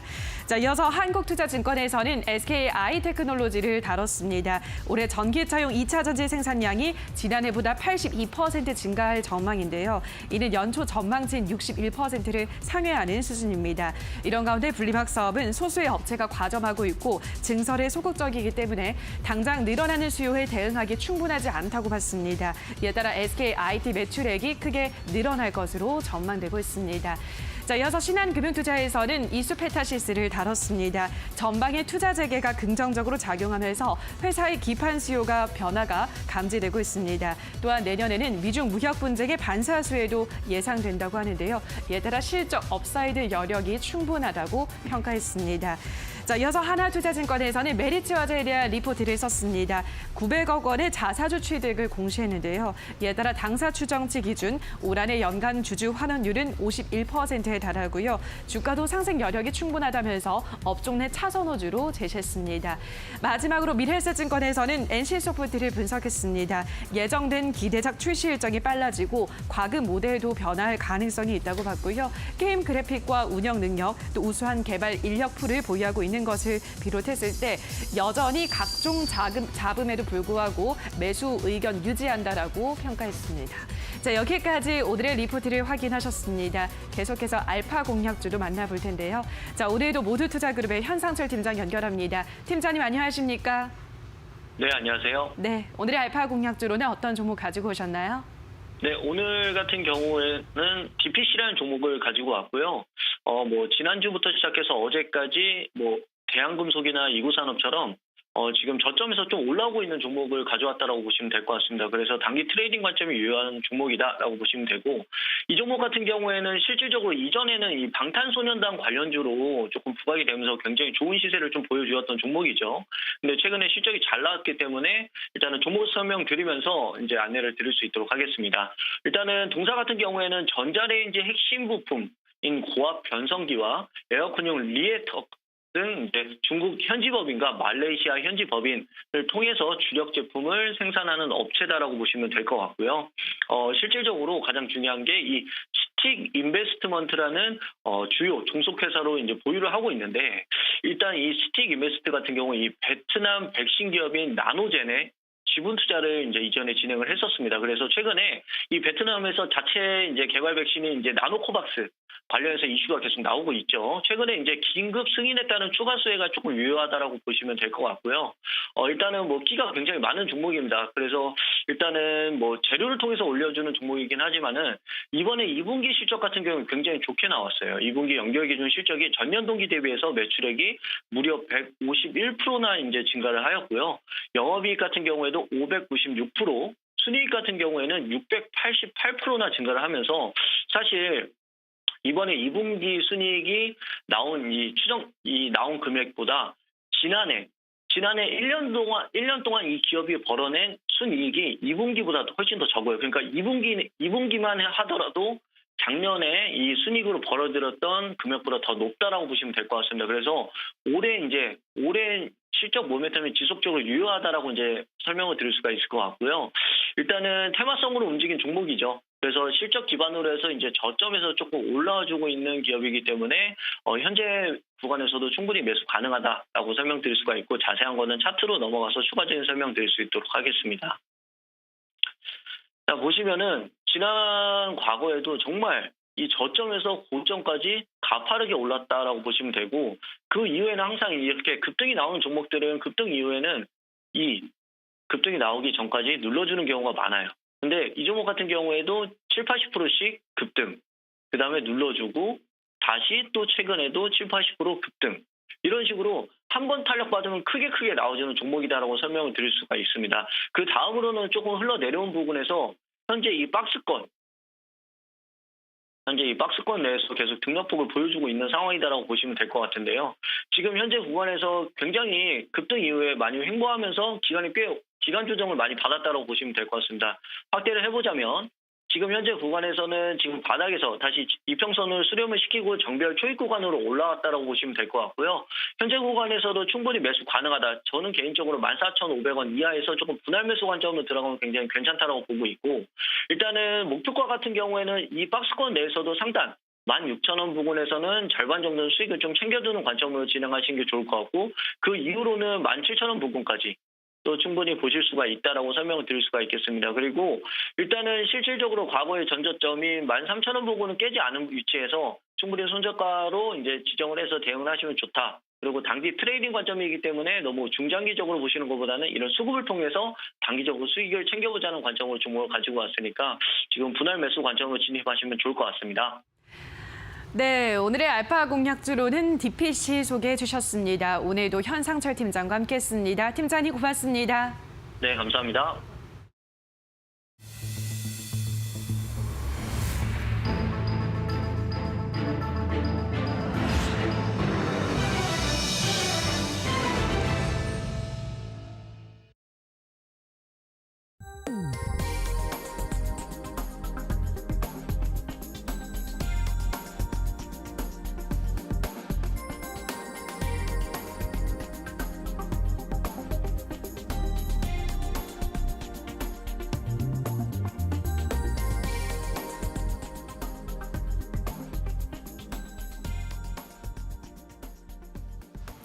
네, 이슈 포커스 시간 이어가 보도록 하겠습니다. 오늘은 수소와 바이오에 대한 이야기 해볼 텐데 먼저 수소와 관련된 이야기 하고 가도록 하겠습니다. 네, 오늘 세 분을 모셨습니다. 케미컬 에너지 투자자문의 차홍선 대표 그리고 강혜경 고문, 조성기 고문 모셨습니다. 안녕하십니까? 네, 안녕하세요. 네, 먼저 수소에 대한 이야기 하고 갈 텐데요. 예. 우리 대표님께서 나오셔서 사실 이 수소에 대한 이야기를 여러 해주셨는데 이 부분을 잘 듣고 계셨던 이 시청자분들이라면 아마도 오늘 이 시간을 아마 더 기다리셨을 것 같아요. 이 수소 시장에 대한 이야기 먼저 나눠보고 가도록 하겠습니다. 최근 수소 시장이 좀 어떻게 변화하고 있습니까? 예. 일단 그 수소 수요량을 좀 그림을 좀 띄워주시면 좋은데요. 네. 그러니까 해외에서 국내로 넘어가 보겠습니다. 왜냐하면 국내도 9월 7일 날 보면 현대차가 수소 그 비전을 발표하고 네. 9월 8일 날 보면은 예를 들면 수소위원회도 이렇게 출범을 하고 이러기 때문에 해외부터 먼저 설명을 드릴게요. 이게 이제 유럽 수소위원회에서 우리가 이제 좀 언급되었던 내용인데요. 유럽 수소위원회에서 발표한 그런 예측치입니다. 그래서 보면은 지금 이제 2020년 기준으로 보면은 수소가 지금 7,200만 톤이 이렇게 생산되고 있어요. 이미 그걸 꼬박이 3을 하시면은 대충 그러니까 차량 예를 들면은 어느 정도의 차량을 들어갈 수 있다. 그러니까 3720이 2억 대 정도의 예를 들면은 수소차를 이렇게 운용할 수도 있어요. 전 세계 14억 대 중에 2억 대 상당한 부분이죠. 근데 지금 현재 그게 들어가지를 못하고 있죠. 뭐 해봐야 현대차 같은 경우는 매년 8,500대 정도의 한 50%를 차지하고 있으니까 전 세계 수소차가 그 정도밖에 팔리지는 않아요. 이렇게 그 전기차 같은 경우는 300만 대가 팔리는데 그런데 이 그림을 보시면은 이게 그 과거에는 이 그림 자체를 이렇게 익스포넨셜리 이렇게 올라가는 거잖아요. 급격하게 올라가는 수소 수요량이 나오잖아요. 이게 뭐냐면은 2050년을 기준으로 하면은 이게 5억 톤이라는 숫자가 나와요. 수소 수요량이. 5억 톤이면 지금 이제 뭐 킬로그램당 6,000원으로 계산하면은 한 3,000조 원이라는 숫자가 나와요. 지금 현재는 자가 소비를 하지 않고 판다 그러면 한 400조 원이라는 숫자가 나오니까 처음에 이런 그림 자체를 해서 이렇게 안 보려고 했죠. 이 수소는 이렇게 좀 먼 이야기, 석유차 대비 전기차 이게 그 경쟁 기업이고 수소는 먼 이야기다 이렇게 봤는데 이 그림에 주목하고 있어요. 지금 현재 유럽 수소위원회에서 발표한 거 왜냐니까 처음에 촉발제가 유럽에서 150km당 수소 충전소를 설치하겠다. 미국에서 예를 들면 수소 같은 경우를 이렇게 예를 들면 부응을 해주겠다 이렇게 이야기를 하니까 그래서 그런데 보면 그림 자체가 보면 2030년도부터 급격하게 올라가는 형태를 보이고 있어요. 이게 뭐냐면은 수소차라든지 수소 발전 쪽에서 이렇게 경유차라든지 이런 전기차를 이기는 포인트가 언제냐면 2030년에서 33년 사이에 수소 가격이 많이 떨어져서 이렇게 그 수소차가 경유차를 이길 수 있다 이런 거예요. 그럼 급격하게 수소차 쪽, 수소 발전 쪽에서 확대가 되지 않습니까? 수소 활용 분야도 있고. 그러니까 이 그림에 대해 주목하고 있는 거예요. 저 그림이 맞을 수도 있겠구나. 왜냐하니까 유럽은 절박해요. 유럽은 우리나라하고 비슷한데 석유가 이제부터는 단적으로 말하면 석유 한 방울도 안 하는 유럽, 가스가 1BCF조차도 안 나는 유럽이 될 수 있어요. 지금 현재. 그러면 유럽을 봤을 때는 근데 전기차 위에 서 있으려니까 이런 중국이라든지 칠레라든지 콩고 위에 서 있어야 되는 전기차가 되는 거예요. 그러면 이제 수소 쪽으로 강하게 봉응할 수 있다. 그래서 이 그림을 주목할 필요가 있는데 그 다음 장 한번 넘겨주시겠어요? 그래서 이 그림에 주목하고 있다 이렇게 보시면 될 것 같고, 그래서 이게 그럼 전 세계 최고의 수소 기업은 뭐냐면은 뭐 우리나라 현대차도 지금 이제 수소차 쪽에서는 1등을 합니다. 점유율에서는 1등을 하는데 그러니까 8,500대 정도가 팔리는데 거기 한 50%를 차지해요. 2등이 도요타고 3등이 혼다입니다. 그런데 생산 쪽에서는 이 린데라는 독일 기업이 지금 시가총액이 176조 원입니다. 176조 원인데 전 세계 수소 생산에서 1등, 수소를 판매하는 쪽에서는 전 세계 최고의 기업이에요. 수소차 뭐 발전 분야를 통틀어서. 근데 린데가 왜 저렇게 시가총액이 올라가고 있냐면은 유럽하고 이렇게 미국 회사가 합병된 구조인데 미국에도 상장이 돼 있습니다. 근데 이제 이게 보면은 이런 수소라든지 이런 이제 각국 정부들이 이제 유럽 쪽을 바탕으로 해서 이렇게 여러 가지 부흥 정책을 펼치니까 여기 반응하고 있다 이렇게 보시면 될 것 같아요. 그래서 지금 해외 쪽으로는 보면은 이렇게 조금 이렇게 긍정적인 분위기가, 그러니까 우리나라만 분위기가 되는 게 아니고 전 세계적으로 되고 있다 이렇게 보시면 될 것 같고, 그 다음 장 보면은 뭐 테슬라 같은 경우가 과거에 보면은 이렇게 막 그 10배가 움직였을 때 보면은 비즈니스 모델이 단순하게 2천억 원에서 4천억 원 갈 때 주가가 10배 정도 움직였던 특징이 있거든요. 그러니까 거기에 대한 학습 효과가 있는 것 같아요. 펀드 매니저들이. 예, 그렇게 되는 것 같다. 이렇게 좀 설명이 길어졌는데 두 번째로 들어가서 국내 이야기를 한번 말씀드릴게요. 국내가 이제 9월 7일 날 현대차가 이제 여러 가지 수소 쪽에 유럽도 발표하고 미국도 발표하니까 수소에 대한 전략을 발표합니다. 전략을 발표하는데 그 내용 자체도 우리나라 분들한테는 다가오는 게 클 것 같아요. 우리나라가 따지고 보면은 수소 강국입니다. 현대차가 있어서 그렇지 1등이라서 생산 쪽은 독일이에요. 제가 볼 때는. 그런데 차 쪽은 우리나라가 1등이기 때문에 그게 무슨 내용이 담겨질까가 참 궁금하죠. 그런데 그러고 있고 그다음에 이제 수소위원회가 이제 발족을 합니다. 발족을 하는데 제가 볼 때는 투자자분들은 수소위원회에 어떤 기업들이 들어가는지 이런 기업을 좀 유심히 볼 필요가 있다 이렇게 보고 있습니다. 네, 맞습니다. 8일에 뭐 현대차그룹과 SK 그리고 포스코가 공동 의장을 맡아서 이 수소기업 협의체를 발족을 하고 H2 비즈니스 서밋을 열고 공식 출범을 하게 되는데요. 이 이야기는 계속해서 나오고 있는 상황입니다. 일단 현대차가 뭐 여러 가지 이야기가 나오고 있는데 사실 저는 수소하면은 수소차 이런 것만 사실 생각을 하거든요. 사실 그런데 수소에도 뭐 많은 분야가 있지 않습니까? 어떤 분야가 좀 있습니까? 예, 그 앵커님 말씀하신 대로 수소차가 있고 이게 세 가지 분야가 활용 분야예요. 수소차가 있고 그다음에 수소 발전 분야가 있고요. 그다음에 수소 활용 분야가 있어요. 수소를 많이 쓰기 때문에 산업에서. 근데 이제 네 번째 분야는 그럼 여기에 수소를 공급해야 될 거 아닙니까? 그래서 수소 생산 분야가 있어요. 그런데 오늘 같은 경우는 수소차 분야에서 이렇게 조금 이게 주목을 많이 받았죠. 그래서 수소차에는 전 세계 1등 기업이 지금 현재는 현대차입니다. 그래서 현대차가 과연 테슬라처럼 될 수 있을까가 관전 포인트 갈 거예요. 그다음 수소 발전. 수소 활용 분야가 있고 저는 그 전공이 또 소재 쪽이다 보니까 수소 생산 분야에 많이 집중하고 있어요. 수소 생산 전 세계 1등은 아까처럼 독일이 린데예요. 그런데 우리나라 같은 경우는 예를 들면 뭐 포스코라든지 SK 같은 경우가 수소 생산 분야에 지금 구체적인 수치가 나오고 있지 않습니까? 그렇게 뛰어들었기 때문에 저는 수소 생산 분야가 근데 수소차도 중요하고 수소 생산 분야도 중요해요. 그래서 여기서 좀 관심을 찾아보는 것도 괜찮다 이렇게 보고 있습니다. 그렇다면 우리 시청자분들이 사실 우리 대표님의 말씀을 정말 귀를 열고 좀 들어봐야 될 것 같은데 그 중에서 한 가지를 지금 생산으로 꼽으시는 건가요? 예, 그렇습니다. 예. 그렇다면 기업들 어떤 기업들이 있습니까? 예. 그래서 네 가지 분야 중에서 제가 볼 때는 네 가지 분야 중에서 저는 이렇게 봐요. 수소차에서는 제가 볼 때는 그래도 현대차가 테슬라처럼 갈 수 있을지 지금 시가총액 50조 원이지 않습니까? 그래서 현대차를 좀 관심 있게 볼 필요가 있다 이렇게 보고 있고 수소 생산 분야에서는 제가 볼 때는 포스코가 대충 수치가 나오는 게 50만 톤을 하겠다. 마지막에는 500만 톤을 하겠다. 그러니까 5억 톤 중에 500만 톤 1% 정도를 하겠다 그러는데 결국에는 이제 한 30조 정도를 수소 생산해서 하겠다고 그러니까 제가 볼 땐 포스코. 그리고 SK 같은 경우도 SK 뭐 ENS라든지 이쪽을 많이 활용할 것 같아요. 그래서 수소 이런 천연가스 계질이라든지 그다음에 물 분해를 통한 그린 수소 쪽으로 갈 거라고 보기 때문에 제가 볼 때는 SK 숫자도 나오기 때문에 제가 볼 때는 큰 그림으로 보면 근데 이제 투자자분들은 작은 기업을 찾으려고 그러시죠. 수소차의 밸류 체인, 생산 쪽의 밸류 체인 작은 기업을 찾으시는데 그거는 이제 투자자분들이 한번 찾아보시고 저는 이제 큰 기업 쪽에서는 그래도 뭐 현대차, 포스코, SK가 수치가 나왔기 때문에 수소위원회의 중심축이기 때문에 제가 볼 때는 그런 기업들 관심을 가지고 뭐 폭넓게 보시는 것도 좋을 것 같아요. 현대차, SK, 지금 포스코 언급을 해주셨는데 그렇다면은 이 세 기업들 중에서 시기를 따져봤을 때 가장 먼저 성과가 나오는 기업은 어디일까요?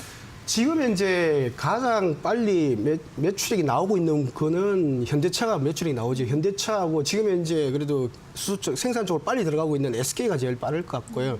근데 이제 포스코가 지금 현재 이게 철강을 만들 때 산소를 이렇게 뽑아낼 때 수소를 활용하기 때문에 포스코도 굉장히 필사적으로 열심히 하고 있는 그런 기업입니다. 네. 네, 알겠습니다. 그렇다면 이제는 좀 기술적으로 넘어가서 이야기 나눠보도록 하겠습니다. 조성기 기술 고문님, 지금 최근에 좀 수소 생산 방식 어떻게 해서 좀 발전이 되었습니까? 네, 결과적으로 보면 역사적으로 보면 부생수소라고 해서 석유화학 기업들이 석유화학 공정에서 부수적으로 나오는 수소를 포집을 해가지고 자체적으로 좀 다른 공정에 이용하거나 아니면 또 그것을 이제 판매하게 됐죠. 그러다가 이제 수소 요구량이 많아지니까 최근에는 블루수소라고 해서 천연가스, 그러니까 메탄이죠. CH4가 되죠. 분자식으로 보면. 이거를 이제 촉매를 가지고 깨면 H가 나오는 거죠. 그러니까 수소가 나오면 그걸 이제 CO2가 나오는 것을 포집을 하면 블루수소, 그렇지 않으면 이제 그레이 수소로 해서 다시 팔게 되고요.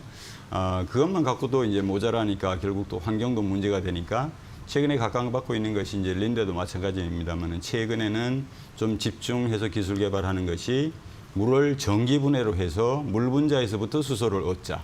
그러면 이제 물 분자가 H2O로 되어 있으니까 거기서 H를 잡아 떼는 거죠.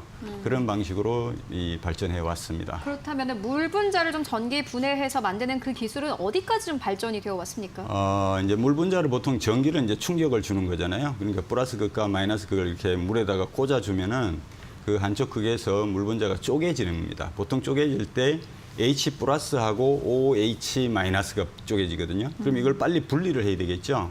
그럼 이 OH를 어떻게 저쪽 건너편으로 보내느냐에 따라서 그걸 이제 전해질이라고 하는데 가장 정통적으로 오래된 것은 알칼리 수용액을 씁니다. 그러니까 KOH, 수산화 칼륨을 물에 녹인 거죠. 거기다가 해놓으면 이제 OH가 잘 건너가는 거죠. 그런 방식으로 만드는 게 이제 알칼라인 수전의 방식이고 최근에 그것도 좀 복잡하고 커지니까 간단하게 그러면 반대로 H 플러스를 이렇게 넘어가게 하자. 그런 게 이제 멤브레인을 이용하는 방식인데 고분자 멤브레인을 이용해서 H 플러스만 통과할 수 있는 멤브레인이 있습니다. 그걸 이용하는 방식이 이제 고분자 전해질막 수전해 뭐 이렇게 얘기를 하고 그다음에 고체 수산화물을 가지고 이용하는 부분도 있는데 그 부분을 오늘 좀 짧게 줄이겠습니다. 예. 네, 알겠습니다. 이어서 바이오 이야기 해보고 가도록 하겠습니다. 최근 우리 시장에서도 뭐 임상 3상에 진입했다라는 뉴스도 계속해서 나오고 있는 상황인데요. 강혜경 고문님, 최근에 글로벌 시장에서의 바이오 기업들 좀 어떻게 움직이고 있습니까? 지금 수소를 얘기했지만 수소가 이제 국내에 한정져서 국내 기술이나 이 산업을만 보는 건 아니잖아요. 그것처럼 헬스케어, 이제 바이오에 있어서도 글로벌의 동향이 좀 어떻게 되고 있는가를 좀 점검해 보면 좋은데요. 나스닥 헬스케어를 예를 들면 이제 1,000개의 기업을 1년간의 이제 기간 동안 어떤 기업들이 주가 상승률이 가장 높았을까 이제 이런 걸 봤었을 때 알츠하이머 치매 치료제, 그다음에 코로나19 그 백신, 그 모더나 같은 경우도 작년 3월부터 약 30배 오르기도 했었는데요. 거기에 이제 항암제 이런 것들이 올랐었는데 최근으로 이제 한 달 이내로 좀 좁혀서 다시 보게 되면은 백신 쪽보다는 이제 항암제 그리고 알츠하이머 치매 치료제, 뭐 통증 이런 쪽 그 관련 기업의 이제 주가 상승률이 좀 올라오고 있습니다. 그래서 이런 쪽에서 관심을 가지시고 좀 이런 분야의 유전자 치료제 뭐 이런 쪽으로 항암, 알츠하이머 치매 치료제 이런 쪽으로 좀 관심을 갖는 게 좋겠다 이렇게 보여집니다. 네, 알겠습니다. 그렇다면은 국내 쪽에서는 어떤 바이오 기업에 좀 관심을 가져보면 되겠습니까? 그러니까 이제 국내도 이렇게 국내만 따로 돌아가는 건 아니고요. 이제 글로벌에서 제가 이제 나스닥도 말씀드리는 이유가 이 기술이 어떻게 가고 어떤 기업이 주가 상승률이 높았는지를 보면 국내가 좀 보이기도 하는데요. 최근에 이제 보게 되면은 미국 나스닥 쪽에서는 알츠하이머 치매 치료제 여전히 관심이 높고요. 그리고 항암제, 그리고 유전자 치료제 작년에 노벨상을 받으면서 유전자 관련해서 유전자 편집, 그다음에 유전자 치료제, 그리고 유전자 시퀀스 이렇게 분석하는 이런 관련 기업들이 관심을 좀 받고 있습니다. 그리고 세포 치료제 같은 경우는 시장은 아직은 2024년에 약 9조 원에서 시장은 얼마 안 되지만 글로벌 시장에서는 지금 세포 치료제도 카티를 포함한 이런 관련된 기업들이 지금 주목을 받고 있습니다. 국내에서도 이와 관련한 기업들을 관심을 갖는 게 좋다 이렇게 보여집니다. 네, 알겠습니다. 지금까지 수소 업종 그리고 바이오 업종까지 짚고 왔습니다. 네, 지금까지 차홍선 대표 그리고 강혜경 고문, 조성기 고문과 함께 이야기 나눠봤습니다. 오늘도 고맙습니다.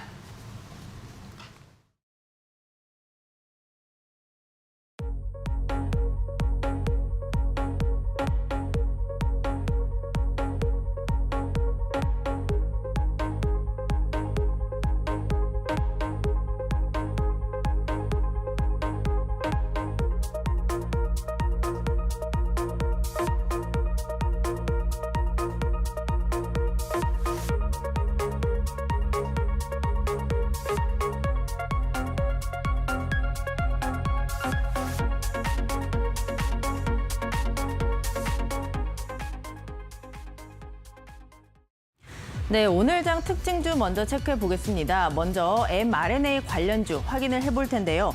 오늘 아이진이라는 모멘텀이 있습니다. 코로나 백신 임상을 승인받았다는 소식인데요. 일상에서 백신의 안전성을 확인을 받고 순차적으로 이 A상을 진행을 하게 됩니다. 오늘 이슈의 중심에 있는 아이진 하루 만에 반등에 성공을 했습니다.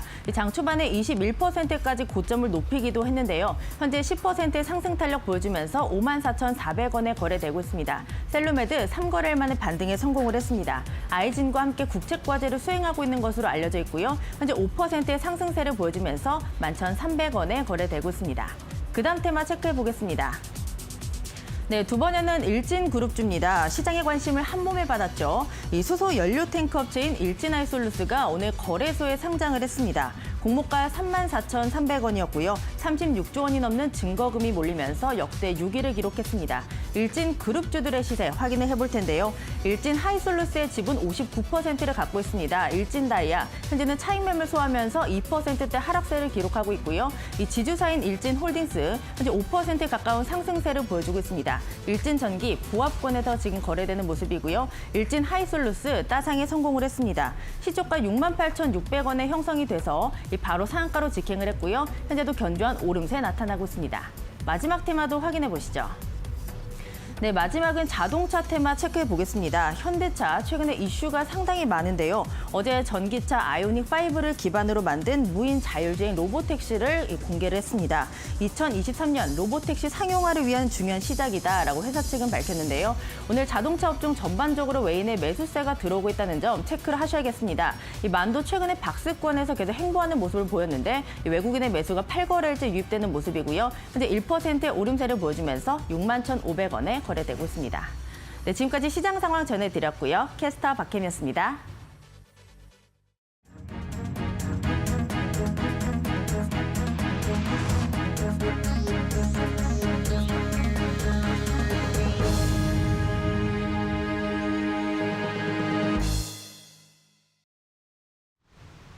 시청자 여러분 안녕하십니까? 이데일리 TV 뉴스 전해드립니다. 네, 첫 번째 소식입니다. 반도체 디램 현물 가격 약세가 지속되면서 PC용 디램 현물 가격이 7개월 만에 최저치를 기록했습니다. 반도체 시장 조사 업체인 디램 익스체인지에 따르면 지난달 30일 기준 PC용 디램 범용 제품 가격은 평균 3.889달러를 기록했습니다. 올해 1월 28일 평균 3.875달러를 기록한 이후 7개월 만에 가장 낮은 가격이면서 올해 최고점이던 3월 말 5.3달러 대비 36% 하락했습니다. 2분기 이후 코로나19 백신 접종 확대로 야외 활동이 늘고 PC 수요가 감소할 것이라는 전망이 나오면서 하락세가 지속되고 있습니다. 현물 가격이 고정 거래 가격에 선행하고 일정 시차를 두고 수렴하는 경우가 많다는 점에서 4분기 시장 전망이 밝지만은 않은 상황입니다. 현대차 그룹이 세계 최대 자동차 시장인 중국에서 주재원 약 30명을 긴급 철수시키고 조직 개편을 단행하기로 했습니다. 관련 업계에 따르면 현대차 그룹은 중국 내 생산 판매를 담당하는 관리자급 주재원 약 30명을 한국으로 철수시키고 지난 27일 결정했습니다. 현대차 그룹은 중국 내 판매 부진을 극복하고자 2019년 중국 전담 조직 인원을 중심으로 사업을 독자적으로 운영하도록 조직을 개편했습니다. 중국 승용차 연석회의에 따르면 7월 현대차는 중국에서 승용차 3만 1,000대를 판매하며 지난해 같은 기간보다 16% 급감했으며 시장 점유율은 2.1%에 그쳤습니다. 기아는 7월 중국 승용차 소매 판매가 12,000대로 같은 기간 40% 감소해 시장 점유율은 0%대로 추락했습니다. 홍원식 남양유업 회장이 사모펀드 운영사인 한행컴퍼니에 남양유업 주식 매매 계약 해제를 통보해 결국 매각이 무산됐습니다. 지난달 31일 사모펀드 한행컴퍼니와 맺은 주식 매매 계약 대금 지급 기한을 넘기자 이러한 입장을 밝혔습니다. 홍 회장은 한행코 측에서 주장하는 무리한 요구에 대해 계약 당시 합의되지 않았던 그 어떠한 추가 요구도 하지 않았다며 한행코 측은 계약 체결 후 태도를 바꿔 사전 합의 사항에 대한 이행을 거부했다고 주장했습니다. 홍 회장은 남양유업 경영권 이전을 포함해 지분 매매 계약을 지난 5월 27일 체결한 이후 계약 이행 기간까지의 계약 종결을 위해 노력해왔으나 매수인 측의 약정 불이행으로 부득이하게 매매 계약 해제를 통보할 수밖에 없었다고 밝혔습니다. 한행코와 매각은 결렬됐지만 홍 회장은 매각에 대한 의지를 드러내며 해당 분쟁이 종결되는 즉시 재매각을 진행할 것이라고 밝혔습니다. 이른바 구글 갑질 방지법으로 불리고 있는 전기통신사업법 개정안이 국회 본회의의 문턱을 넘었습니다. 애플 등 앱마켓 사업자가 특정 결제 방식을 강제하지 못하도록 막는 것이 골자로 일반적인 인앱 결제를 법으로 제재하는 것은 이번이 세계 최초 사례입니다.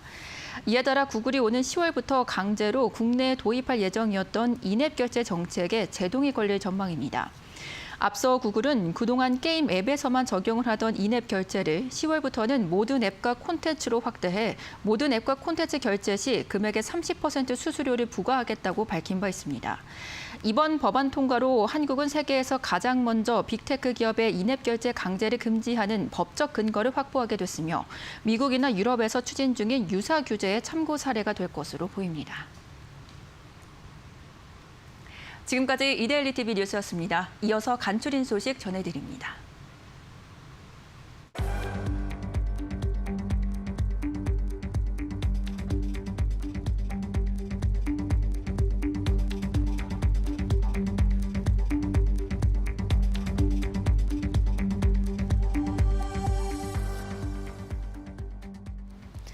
네, 오늘 저희가 준비한 소식은 여기까지입니다. 오늘장 대응 잘 하시고요. 저희는 내일 더욱더 알찬 정보로 다시 찾아오도록 하겠습니다.